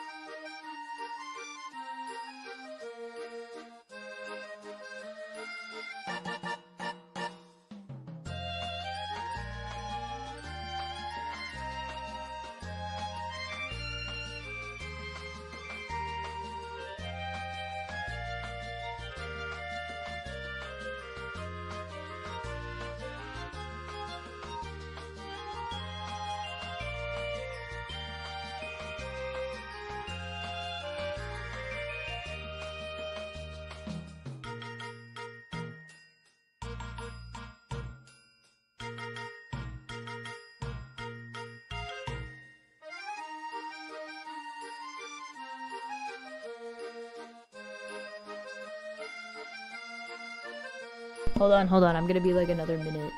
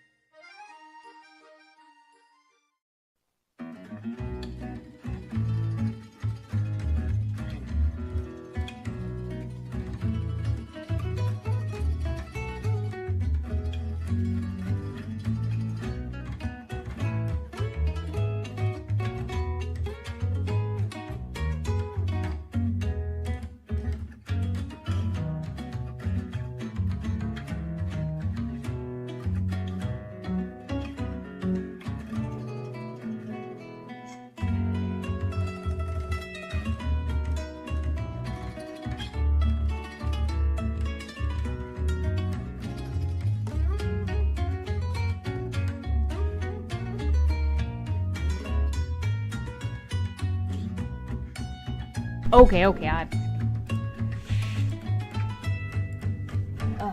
supposed to stream later with low energy vids, but he's saying that he couldn't sleep and wasn't feeling so good, so we'll see how that goes. I have set my kitchen up that I'll be able to do vertical cooking streams from my phone, if you guys are interested in that. So we'll either start that today or tomorrow, depending on what happens. Hope it doesn't turn. I hope she doesn't turn into a cunt like most people. I suppose, like me too. Shh. Wait, who's turning into a cunt? Like everybody? Like everyone all of the time? I also added the 5 from Zell, because I forgot to add that to our bar here. So the bar is working its way. Working its way! Hell yeah. How many bees do I have to eat to become a bee? Life as a bee seems really busy. But, like, I'd be down for it. I don't mind being busy. Alright, how do we write this as, like, an opening statement? Open the Choose Your Topic page in a new window. I did that already. I did this already, though.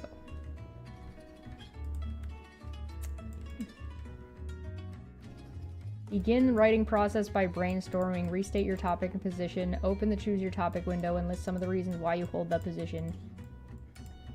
Is this just asking me to resubmit the thing that I already did?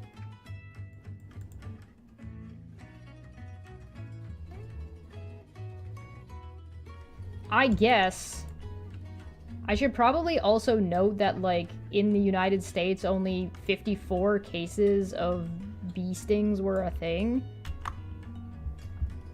What was the number? I guess I can add some of my sources. Sources. Not that one. American Bumblebee. Bees. Bees. Native bees. More bees. Things about bees.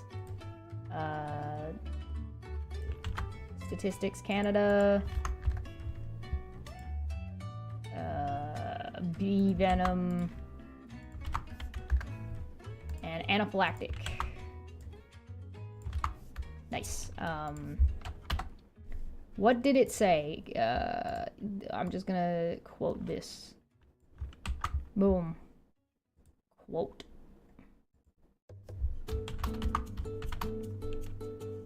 I'm gonna re-put that this is my reference.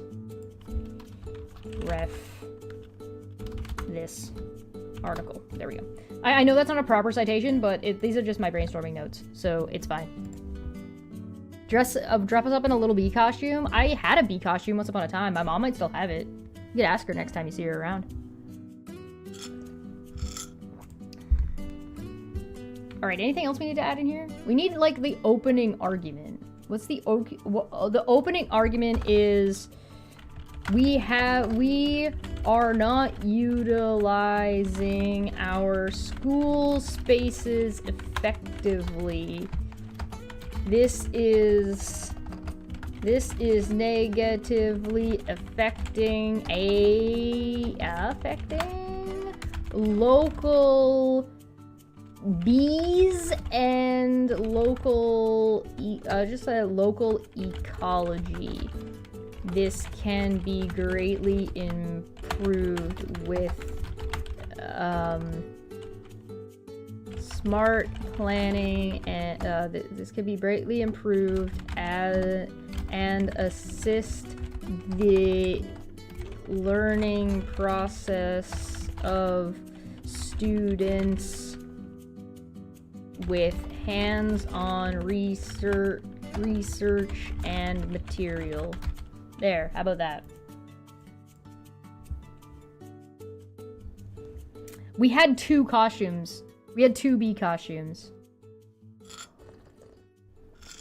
Yeah, I'm sorry, Zell, for forgetting to put that in when you super chatted, but I did remember. I did do it. I'm not used to this thing. This thing's new for me. Not used to this at all.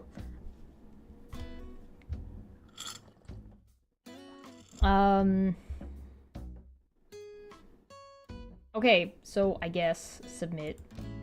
I feel like I might have just over submitted in the last one, you know what I mean? I guess I should copy and paste this now also into the prior one. Is Harvard gonna steal my B idea? Sad though. Okay. Done. Stop that. Get out of here. Analysis. In this course, you will be using the annotation tool to conduct our analysis for the featured speeches. First, you will make your own note annotations based on your own first impressions. Then we will cover some key rhetorical terms and concepts. You will then be able to add your annotations based on what you have learned. After this step, you will also be able to view your peers' comments. You will then watch the corresponding video lecture and finally review the instructor's annotations and compare them with your own. The following exercise serves 2 purposes. One is to familiarize yourself with the annotation tool, and the other is to get you to think about your instinctive reaction to speech and writing. Complete your analysis of Dr. Martin Luther King Jr.'s I Have a Dream address below. We will come back to this speech in Module 2.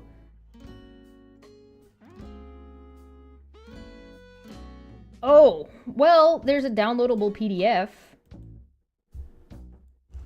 So here you go for anybody who wants the PDF of the I Have a Dream speech. You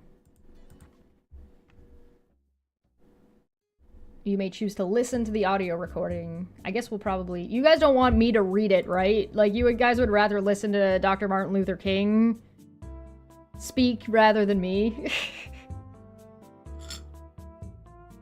Select the text you wish to annotate and click the highlighter icon that appears and add your comment and click save. Edit by hovering over your annotation, clicking the pencil and paper button. Delete by clicking the trash button. Reply by hovering over or selecting an annotation in the sidebar, then clicking the reply button. In the first impression section, you will only see your annotations. In the your analysis section, you will see your annotations and may opt to see your classmates' annotations as well. In the instructor analysis section, you will see the instructor's annotations and may compare them to your classmates' annotations to your own. First impressions, Martin Luther King Jr.'s I Have a Dream speech. Read and annotate the text below. What words, phrases, and passages do you find most powerful and why? Oh, I don't want to do commentary on Dr. Martin Luther King's speech. That's what I feel like I'm doing. Oh, God. Oh, boy. Hey, welcome. Glad you guys could make it. What's going on? You missed our whole bee section. We had a whole section on bees. Now we're talking about Dr. Martin Luther King. Okay, enter your read and annotate the text below. What words, phrases, and passages do you find most powerful and why?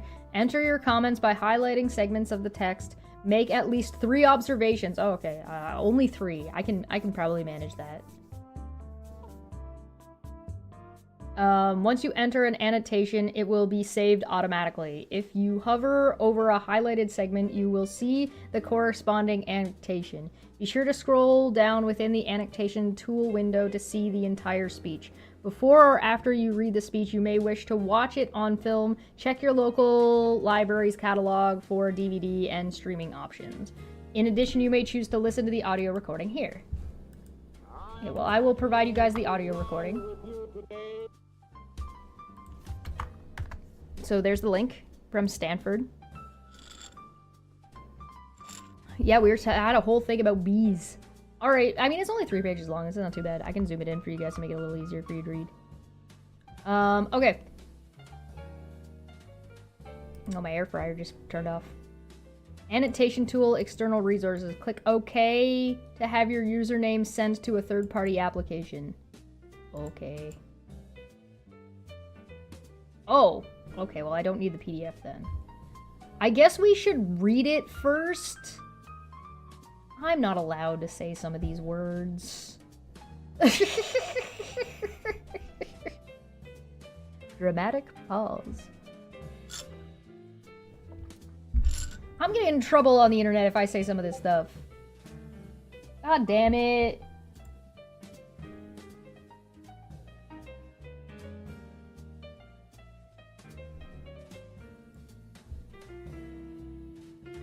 Oh, okay. Low energy vids is good, so yeah, we'll do that later.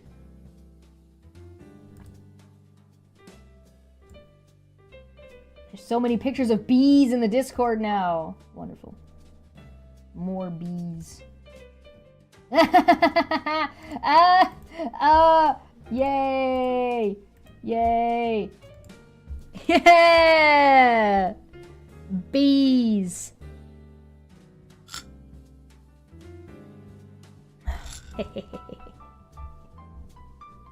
I like the little cat smiley face. Meh. Bees.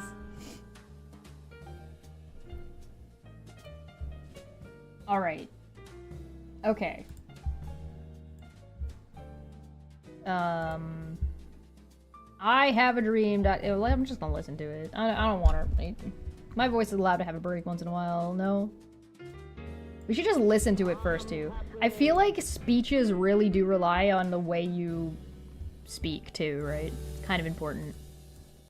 Alright, let's give us a listen. To join with you today in what will go down in history as the greatest demonstration for freedom in the history of our nation.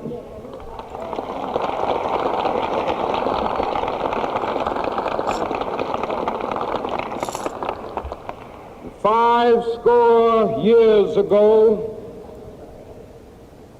a great American in whose symbolic shadow we stand today signed the Emancipation Proclamation. This momentous decree came as a great beacon light of hope to millions of Negro slaves who had been seared in the flames of withering injustice. It came as a joyous daybreak to end the long night of their captivity. But oh boy, yeah, no, Smitty, you're right. Maybe I am ruined by the internet and attention span, but I want to turn him up to like 2 times speed. It should not take 16 minutes to read out 3 pages of text.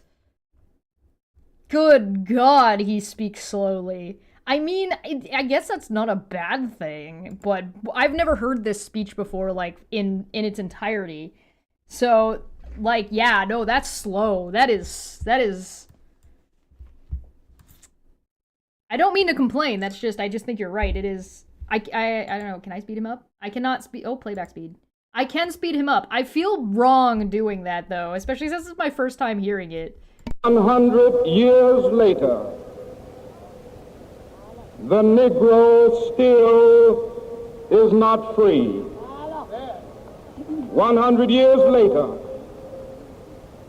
the life of the Negro is still sadly crippled by the manacles of segregation and the chains of discrimination. 100 years later, the Negro lives on a lonely island of poverty in the midst of a vast ocean of material prosperity. 100 years later, the Negro is still languished in the corners of American society and finds himself in exile in his own land. And so we've come here today to dramatize a shameful condition. Yeah, I think you're right, Zell. I think the speed in which he's talking is relevant, is important to, Capital. Oops, sorry, is important to, like, how he's saying it and what he's trying to say. Sorry, I'm clicking around a bunch. Ocean of material prosperity. 100 years later, the Negro is still languished in the corners of American society and finds himself in exile in his own land. And so we've come here today to dramatize a shameful condition. In a sense, we've come to our nation's capital to cash a check. Check is spelt wrong. In Canada, that's not how check is spelt. Check in Canada is spelt with a QU. For anybody who cares. The architects of our republic wrote the magnificent words of the Constitution and the Declaration of Independence. They were signing a promissory note to which every American was to fall heir. This note was a promise that all men, yes, black men as well as white men, would be guaranteed the unalienable rights of life, liberty, and the pursuit of happiness. It is obvious today that America has defaulted on this promissory note insofar as her citizens of color are concerned. Instead of honoring this sacred obligation, America has given the Negro people a bad check, a check which has come back marked insufficient funds.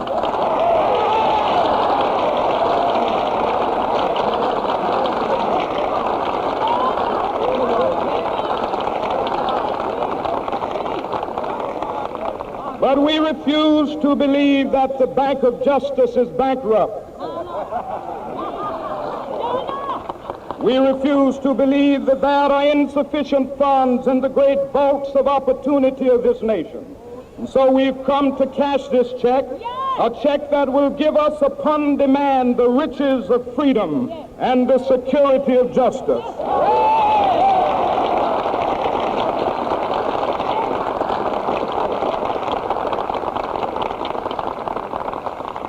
We have also come to this hallowed spot to remind America of the fierce urgency of now. This is no time to engage in the luxury of cooling off or to take the tranquilizing drug of gradualism.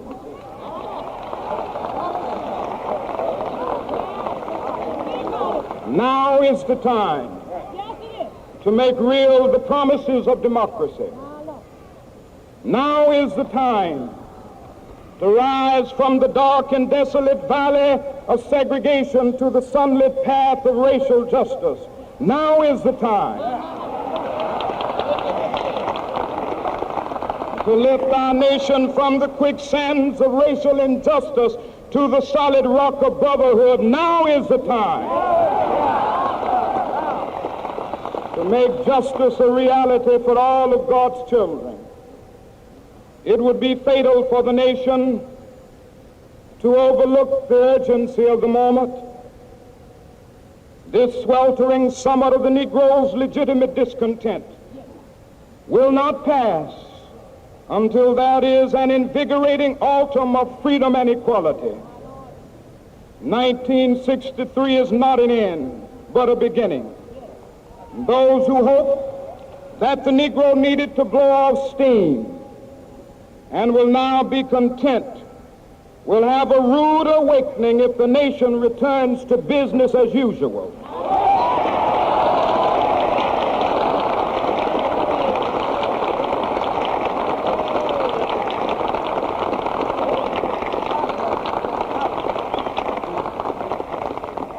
There will be neither rest nor tranquility in America until the Negro is granted his citizenship rights. The whirlwinds of revolt will continue to shake the foundations of our nation until the bright day of justice emerges. But that is something that I must say to my people who stand on the warm threshold which leads into the palace of justice. In the process of gaining our rightful place, we must not be guilty of wrongful deeds. Let us not seek to satisfy our thirst for freedom by drinking from the cup of bitterness and hatred.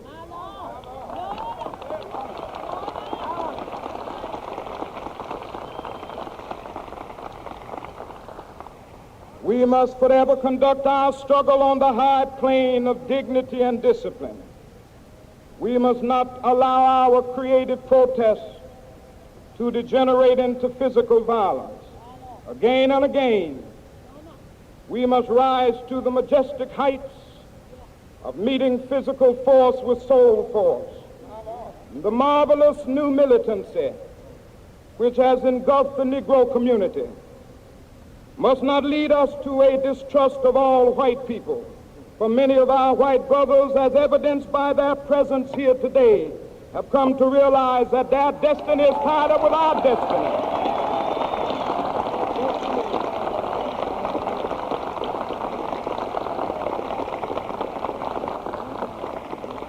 And they have come to realize that their freedom is inextricably bound to our freedom.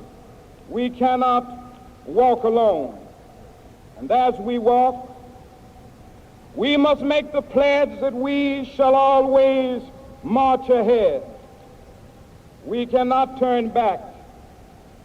There are those who are asking the devotees of civil rights, when will you be satisfied? We can never be satisfied as long as the Negro is the victim of the unspeakable horrors of police brutality.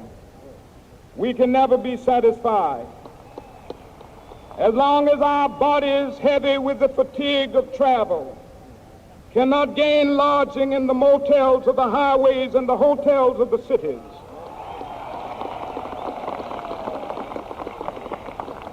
We cannot be satisfied as long as the Negro's basic mobility is from a smaller ghetto to a larger one.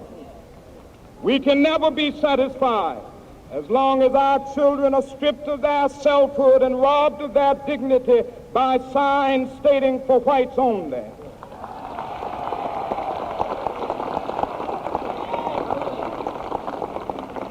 We cannot be satisfied as long as a Negro in Mississippi cannot vote and a Negro in New York believes he has nothing for which to vote.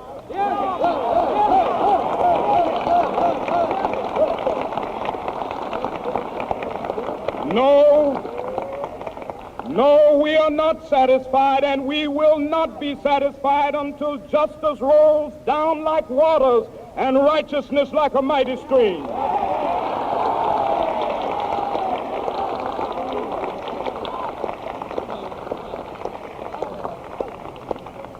I am not unmindful that some of you have come here out of great trials and tribulation.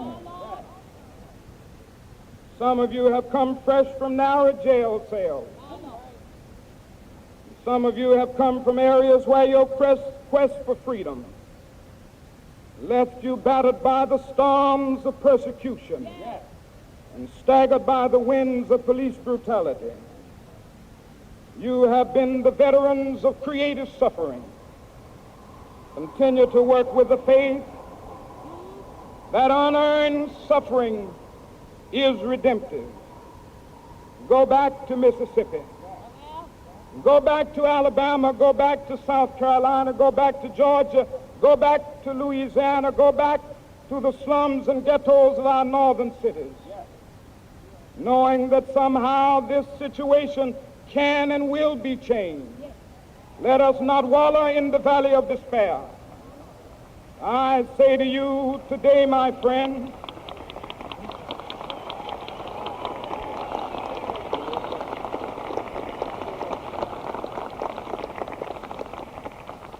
so even though we face the difficulties of today and tomorrow, I still have a dream. It is a dream deeply rooted in the American dream. I have a dream that one day this nation will rise up and live out the true meaning of its creed. We hold these truths to be self-evident, that all men are created equal.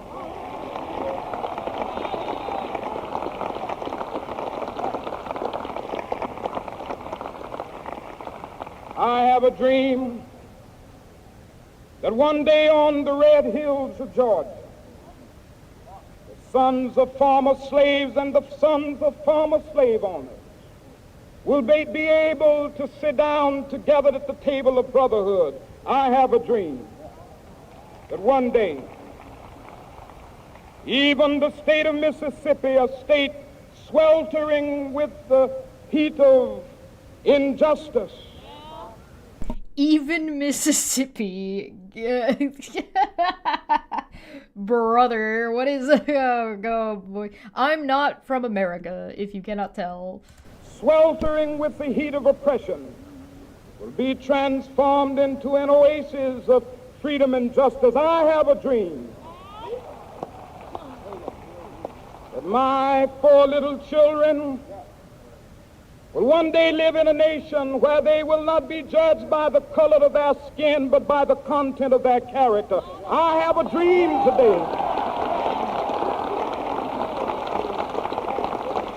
Yeah, that is grossly misquoted. Like, I knew it was misquoted before, but, like, look at the rest of the context. Like, this is grossly misquoted all of the time. Jesus.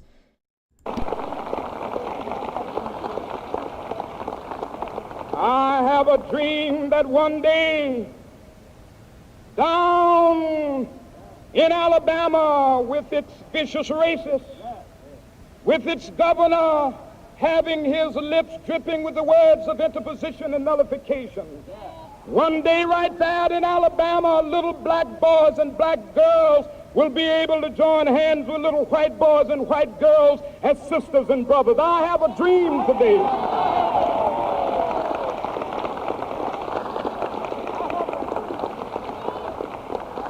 I have a dream that one day every valley shall be exalted, and every hill and mountain shall be made low, the rough places will be made plain, and the crooked places will be made straight, and the glory of the Lord shall be revealed, and all flesh shall see it together. This is our hope. This is the faith that I go back to the South with. With this faith, we will be able to hew out of the mountain of despair a stone of hope.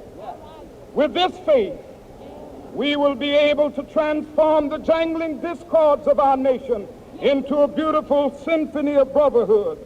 With this faith, we will be able to work together, to pray together, to struggle together, to go to jail together, to stand up for freedom together, knowing that we will be free one day. This will be the day This will be the day when all of God's children will be able to sing with new meaning, my country, tears of thee. Sweet land of liberty, of thee I sing. Land where my fathers died, land of the pilgrim's pride. From every mountainside, let freedom ring. And if America is to be a great nation, this must become true. And so let freedom ring. From the prodigious hilltops of New Hampshire, let freedom ring. From the mighty mountains of New York, let freedom ring. From the heightening Alleghanies of Pennsylvania, let freedom ring. From the snow-capped Rockies of Colorado, let freedom ring. From the curvaceous slopes of California.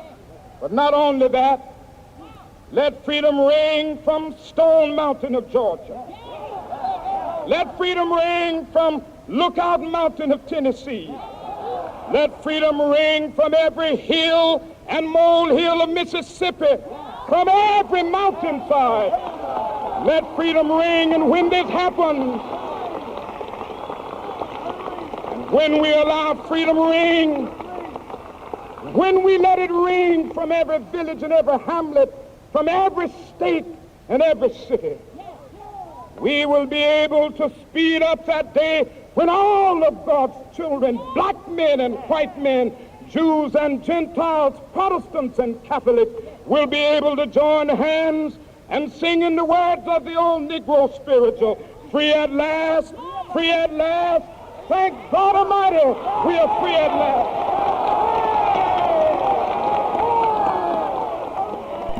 All right. So now we get to analyze it. Which feels silly to me.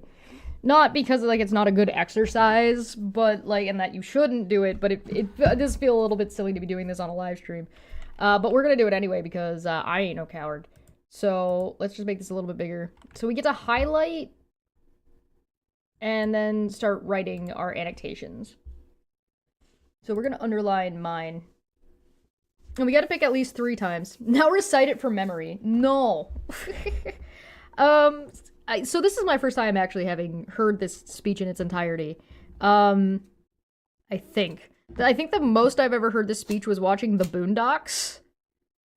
But I don't remember if it's the full speech or if it's an adjusted version of the speech. Because there was an episode where Martin Luther King wasn't dead. He comes out of a coma. Which is really, really interesting. And for anybody who hasn't watched the Boondocks, I absolutely recommend it. For anybody who's looking for it, it's, it does have a season 3, which I believe I have not watched. But this is the Boondocks. I adore this show. It's so good. It's fantastic. 10 out of 10. I also really like the art style. But, yeah. The Boondocks. But they had an episode with Martin Luther King coming out of a coma. The way he uses a childhood nationalistic song lyric is really quite clever and has a power of emotional resonance to most Americans. Yeah, dream deferred. Yeah, and that was the name of the episode, wasn't it?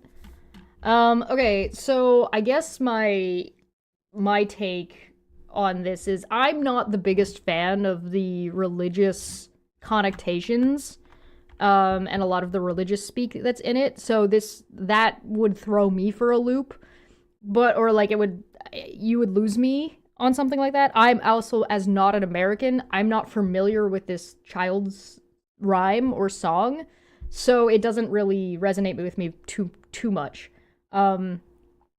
Although I know historically, and particularly if you're trying to convince people in America or in the United States, particularly if you're trying to convince people in the South, in the Bible Belt area, then using the religious speech makes a lot of sense, and particularly if you happen to be a pastor or a reverend and you're familiar with that type of speech, definitely use that to your advantage. Makes complete sense.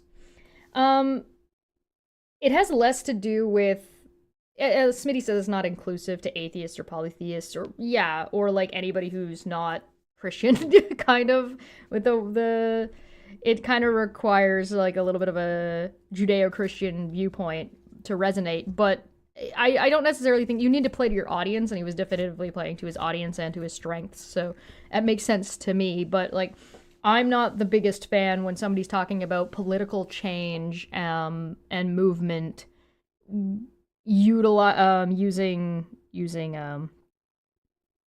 religion in your argumentation. To me, seems to not be great, especially for policy. But a speech is a little bit different than like written legal policy, right? So, or like litigious debate. So, I'm not saying it's wrong. Clearly it was effective. And sometimes you got to utilize things that you don't personally agree with to communicate effectively and to be convincing. So, let's take a look. What were parts that did resonate with me? I think right here, finds himself exiled in his own land. This sentence, I think, is huge.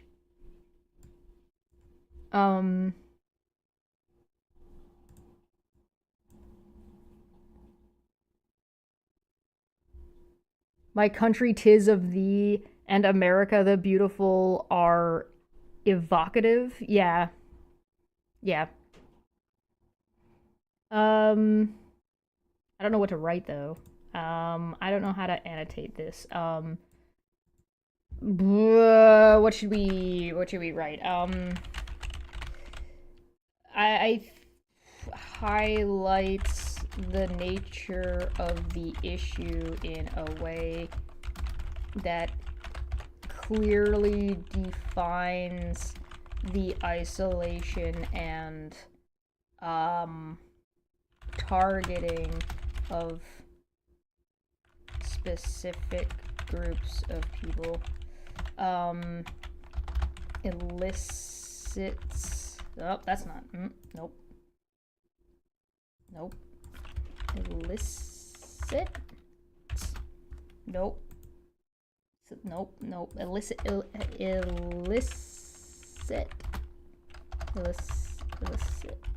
No.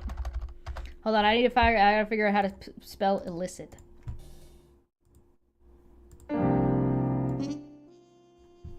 How do you spell illicit? Illicit. Oh, IT. I-T-E? I-T. Illicit. Illicit. There you go. Illicits. Oh, I guess illicit's plural. I was right the first time, but it has an E in it. Okay. Oh, okay. No, that's still not right. How do I make the plural of illicit?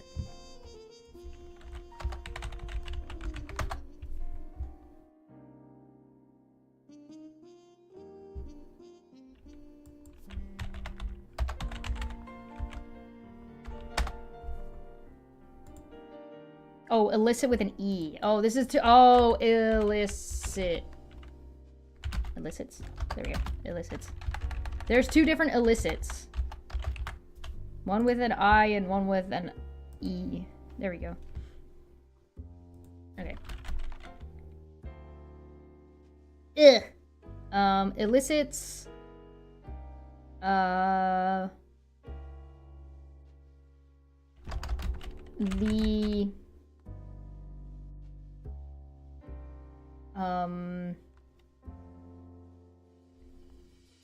legal and social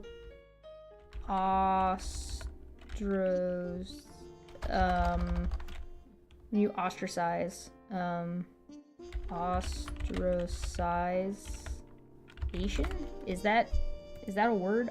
Yeah, ostracization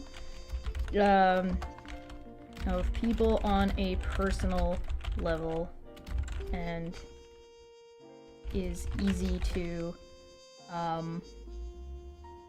relate to the concept. There we go. Add tags. No, I'm not adding tags. Blah! Stupid English vowels. Stupid English in our rhetoric writing class. Blah. The cashing a check is kind of interesting. It's an interesting analogy. We refuse to believe that the Bank of Justice is bankrupt is a pretty based line. Based.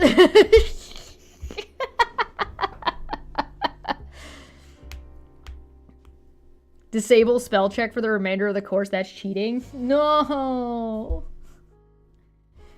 We've also come to this hallowed spot to remind America of the fierce urgency of now. This did not go well. We are now in the year of our Lord 2025, and we seem to be regressing.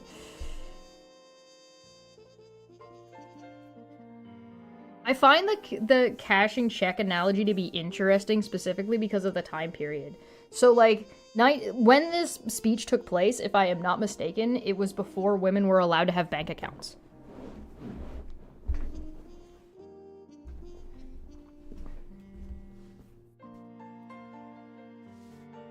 I've always thought the way it uses white nationalistic jingoism against itself to take it to its real conclusion peak speech writing.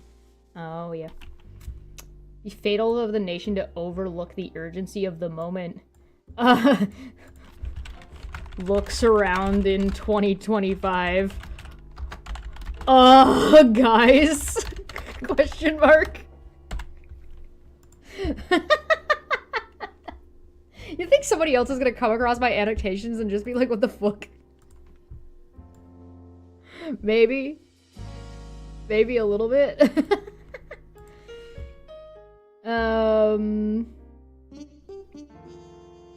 Something I must say to my people who stand on the warm threshold which leads to the palace of justice. In the process of gaining our rightful place, we must not be guilty of wrongful deeds. I find it a little bit awkward to say, don't be bitter, don't have hatred, don't be guilty of wrongful deeds, but then turning around and talking about, there was a specific word I was looking for that he used, where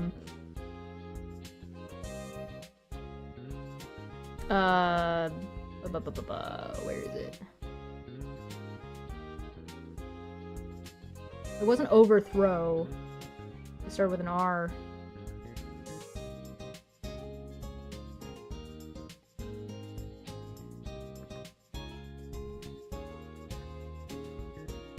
Yeah, there will neither be rest nor tranquility in America. And the whirlwinds of revolt. Okay, so it seems odd to me to go from the whirlwinds of revolt to turning around and saying, don't do any wrongful deeds.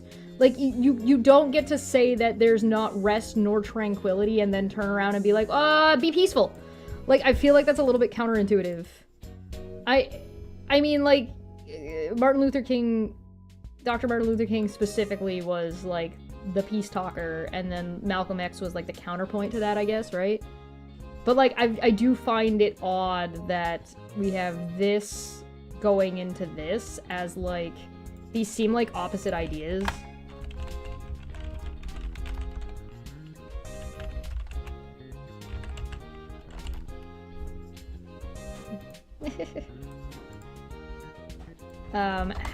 How do you have no tranquility and revolt and the whirlwinds of revolt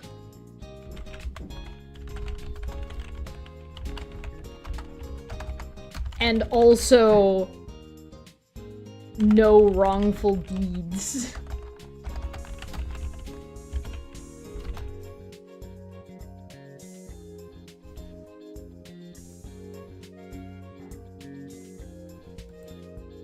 Just from an analysis standpoint.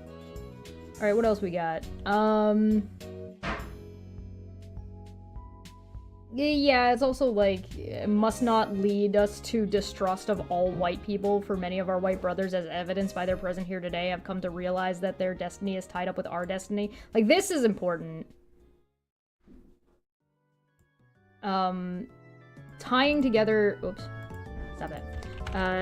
Tying together interests and causes, unifying ideas and individuals. Like, that's what that is. That's incredibly important, and it is persuasive because you're telling people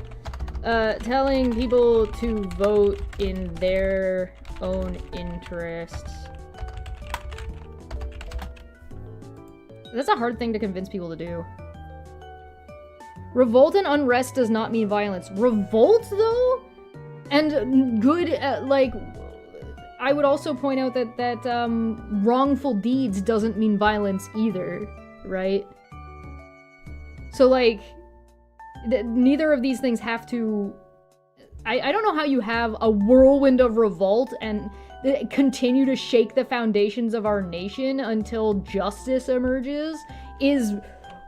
like, that's aggressive language. Like, I don't think it's bad. I don't think it's wrong. I think that's just aggressive language. But, like, how do you, like, get people up and moving and calling to action and then turning around and be like, but settle down, everybody.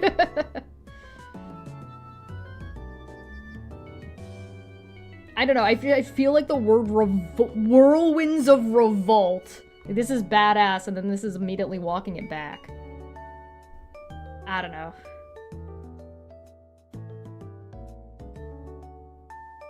Alright, what else we got?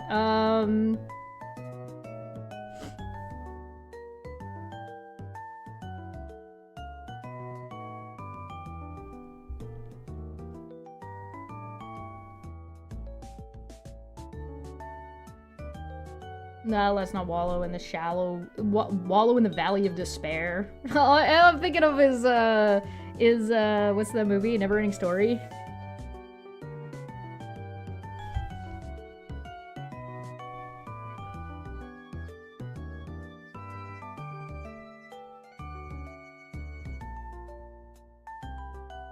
I think a little bit of, like, civil disobedience is appropriate. Yeah, The Princess Bride, yeah. The forest. The Swamp of Sadness, yeah. There's a bit in this the I Have a Dream bits. Where is it?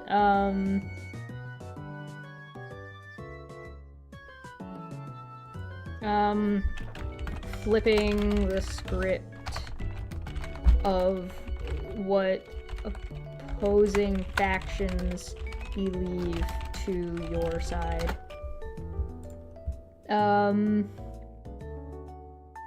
I don't think it's literally flipping the script, but I think for the sake of what we're talking about, it is. It's a little bit, I'm being a little bit flippant. I'm not, like, doing a big analysis, just, like, some notations.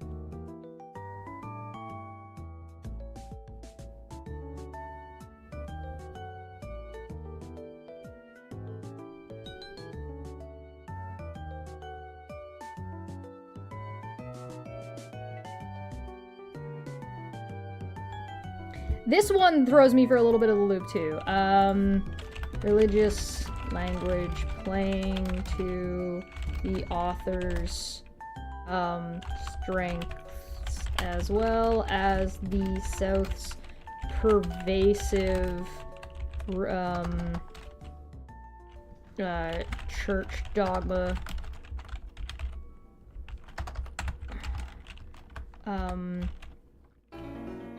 Though potentially problematic in regards to First Nations identity and ideology.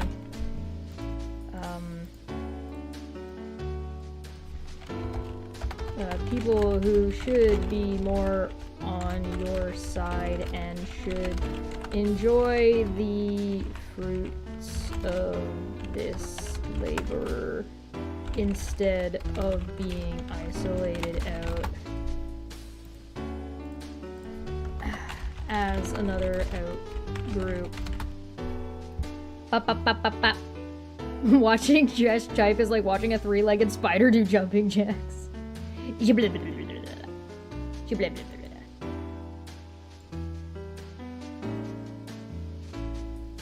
And if America is to be a great nation, this must become true.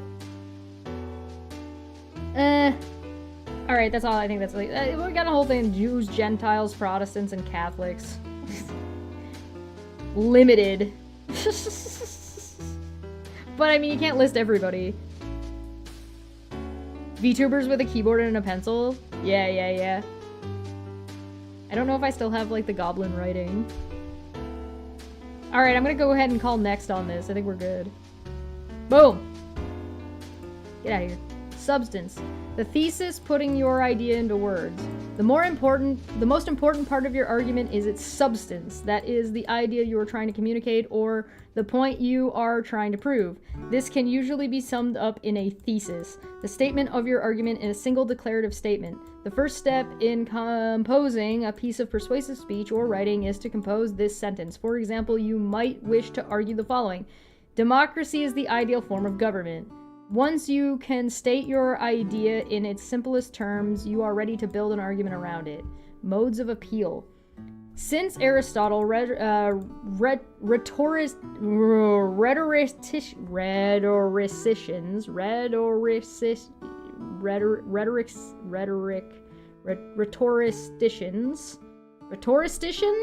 have identified three primary modes of appeal that we may use to persuade an audience. Aristotle called them artistic proofs because they require art or skill. The first such appeal is logos, which is the appeal to reason. It uses logical reasoning to convince an audience. For example, you might say the following: democracy always promotes the best interests of the majority of people in any decision because everyone in the group can advocate for their interests and decisions are made by majority consensus. This kind of statement is an example of what we would call deductive reasoning. It makes one or two propositions and then works through their logical implications. We can understand deductive reasoning by putting it in the form of syllogism, which is a series of statements that make each proposition explicit. In democracy, decisions are made by majority consensus. While a consensus is being worked out, each person will be able to advocate for his or her interests. Therefore, decisions in a democracy will reflect the interests of the majority of the people. Rhetoricians. By contrast, inductive reasoning makes probable conclusions from examples or pieces of evidence. Democracy is good for overall success of a country. Many of the most powerful, prosperous nations in the world are ruled by democratic governments. Such reasoning is always conclusive in proportion to how representative the example is. In this case, our statement would be much more compelling if we could say that all of the most powerful and prosperous nations in the world were democratic. If we only reason from the example of one particular country, or if we reason from many examples but must admit exceptions, then our argument is weaker. The second artistic model is appeal to ethos, the ethical appeal, which is based on establishing the credibility of the speaker or writer. To include both, we may speak of the rhetor. Ethos is often deployed indirectly. In 50 years of studying the governments of nations on every continent, I have found that the more democratic the government, the happier the people.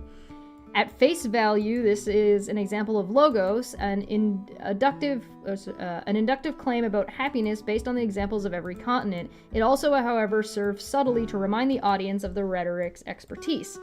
Of the rhetor's expertise. The rhetor may establish ethos through actions as simple as using technical terms from a particular field to imply his or her knowledge of it.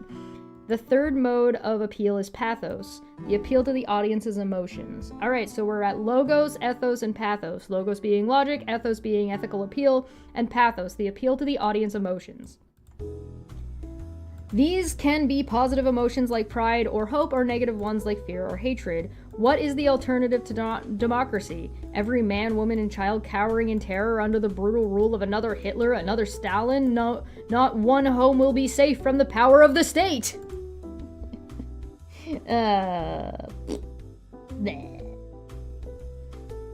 These modes of appeal are artistic in the sense that they involve an art that can be learned. Non-artistic means of persuasion, by contrast, include things that do not rely on the skill of the rhetor, like cited sources, statistics, testimony, and proverbial wisdom.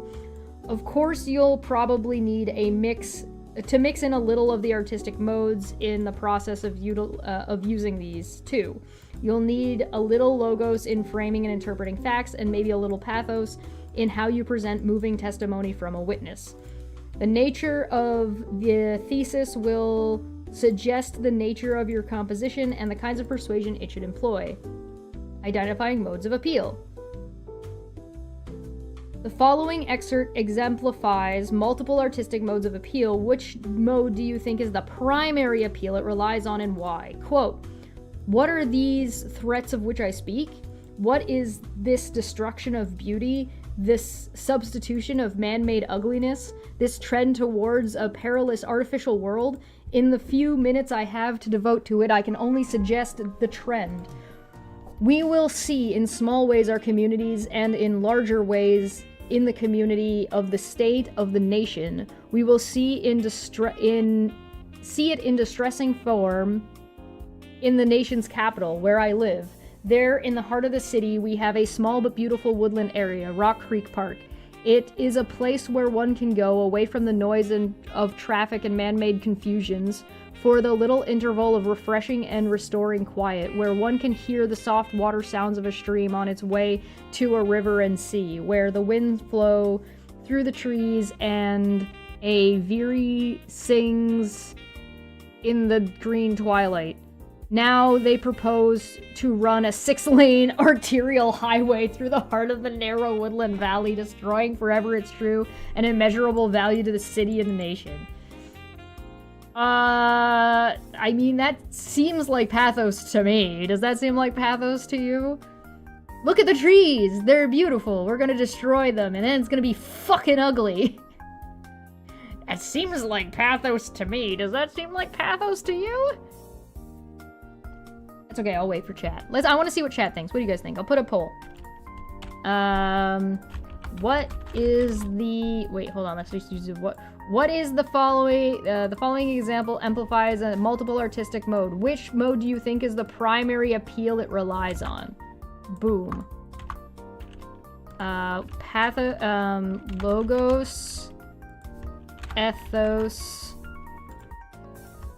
pathos. Start the poll. Alright guys, what do you think?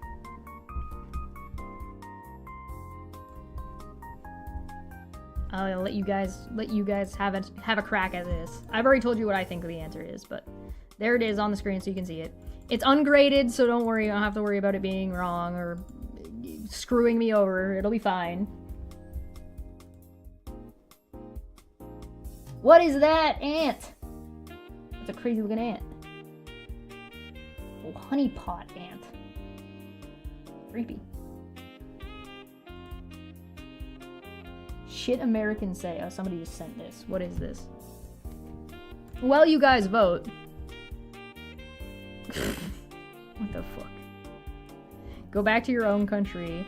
Celebrate with me, my tribe, the Oglala Lakota Nation has officially banned religious missionaries from the reservation. America is a Christian country. If you don't like our religion, our God, and our missionaries, just go back to your own country. No!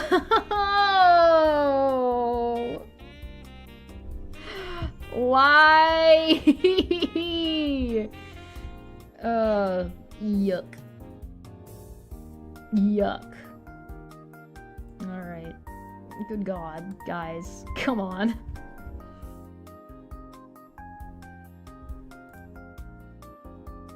Alright, it looks like 0% think it's Logos. Yeah, there doesn't seem to be much Logos in this. Ethos, 33%. I'll reread what they are. Logos is appeal to reason.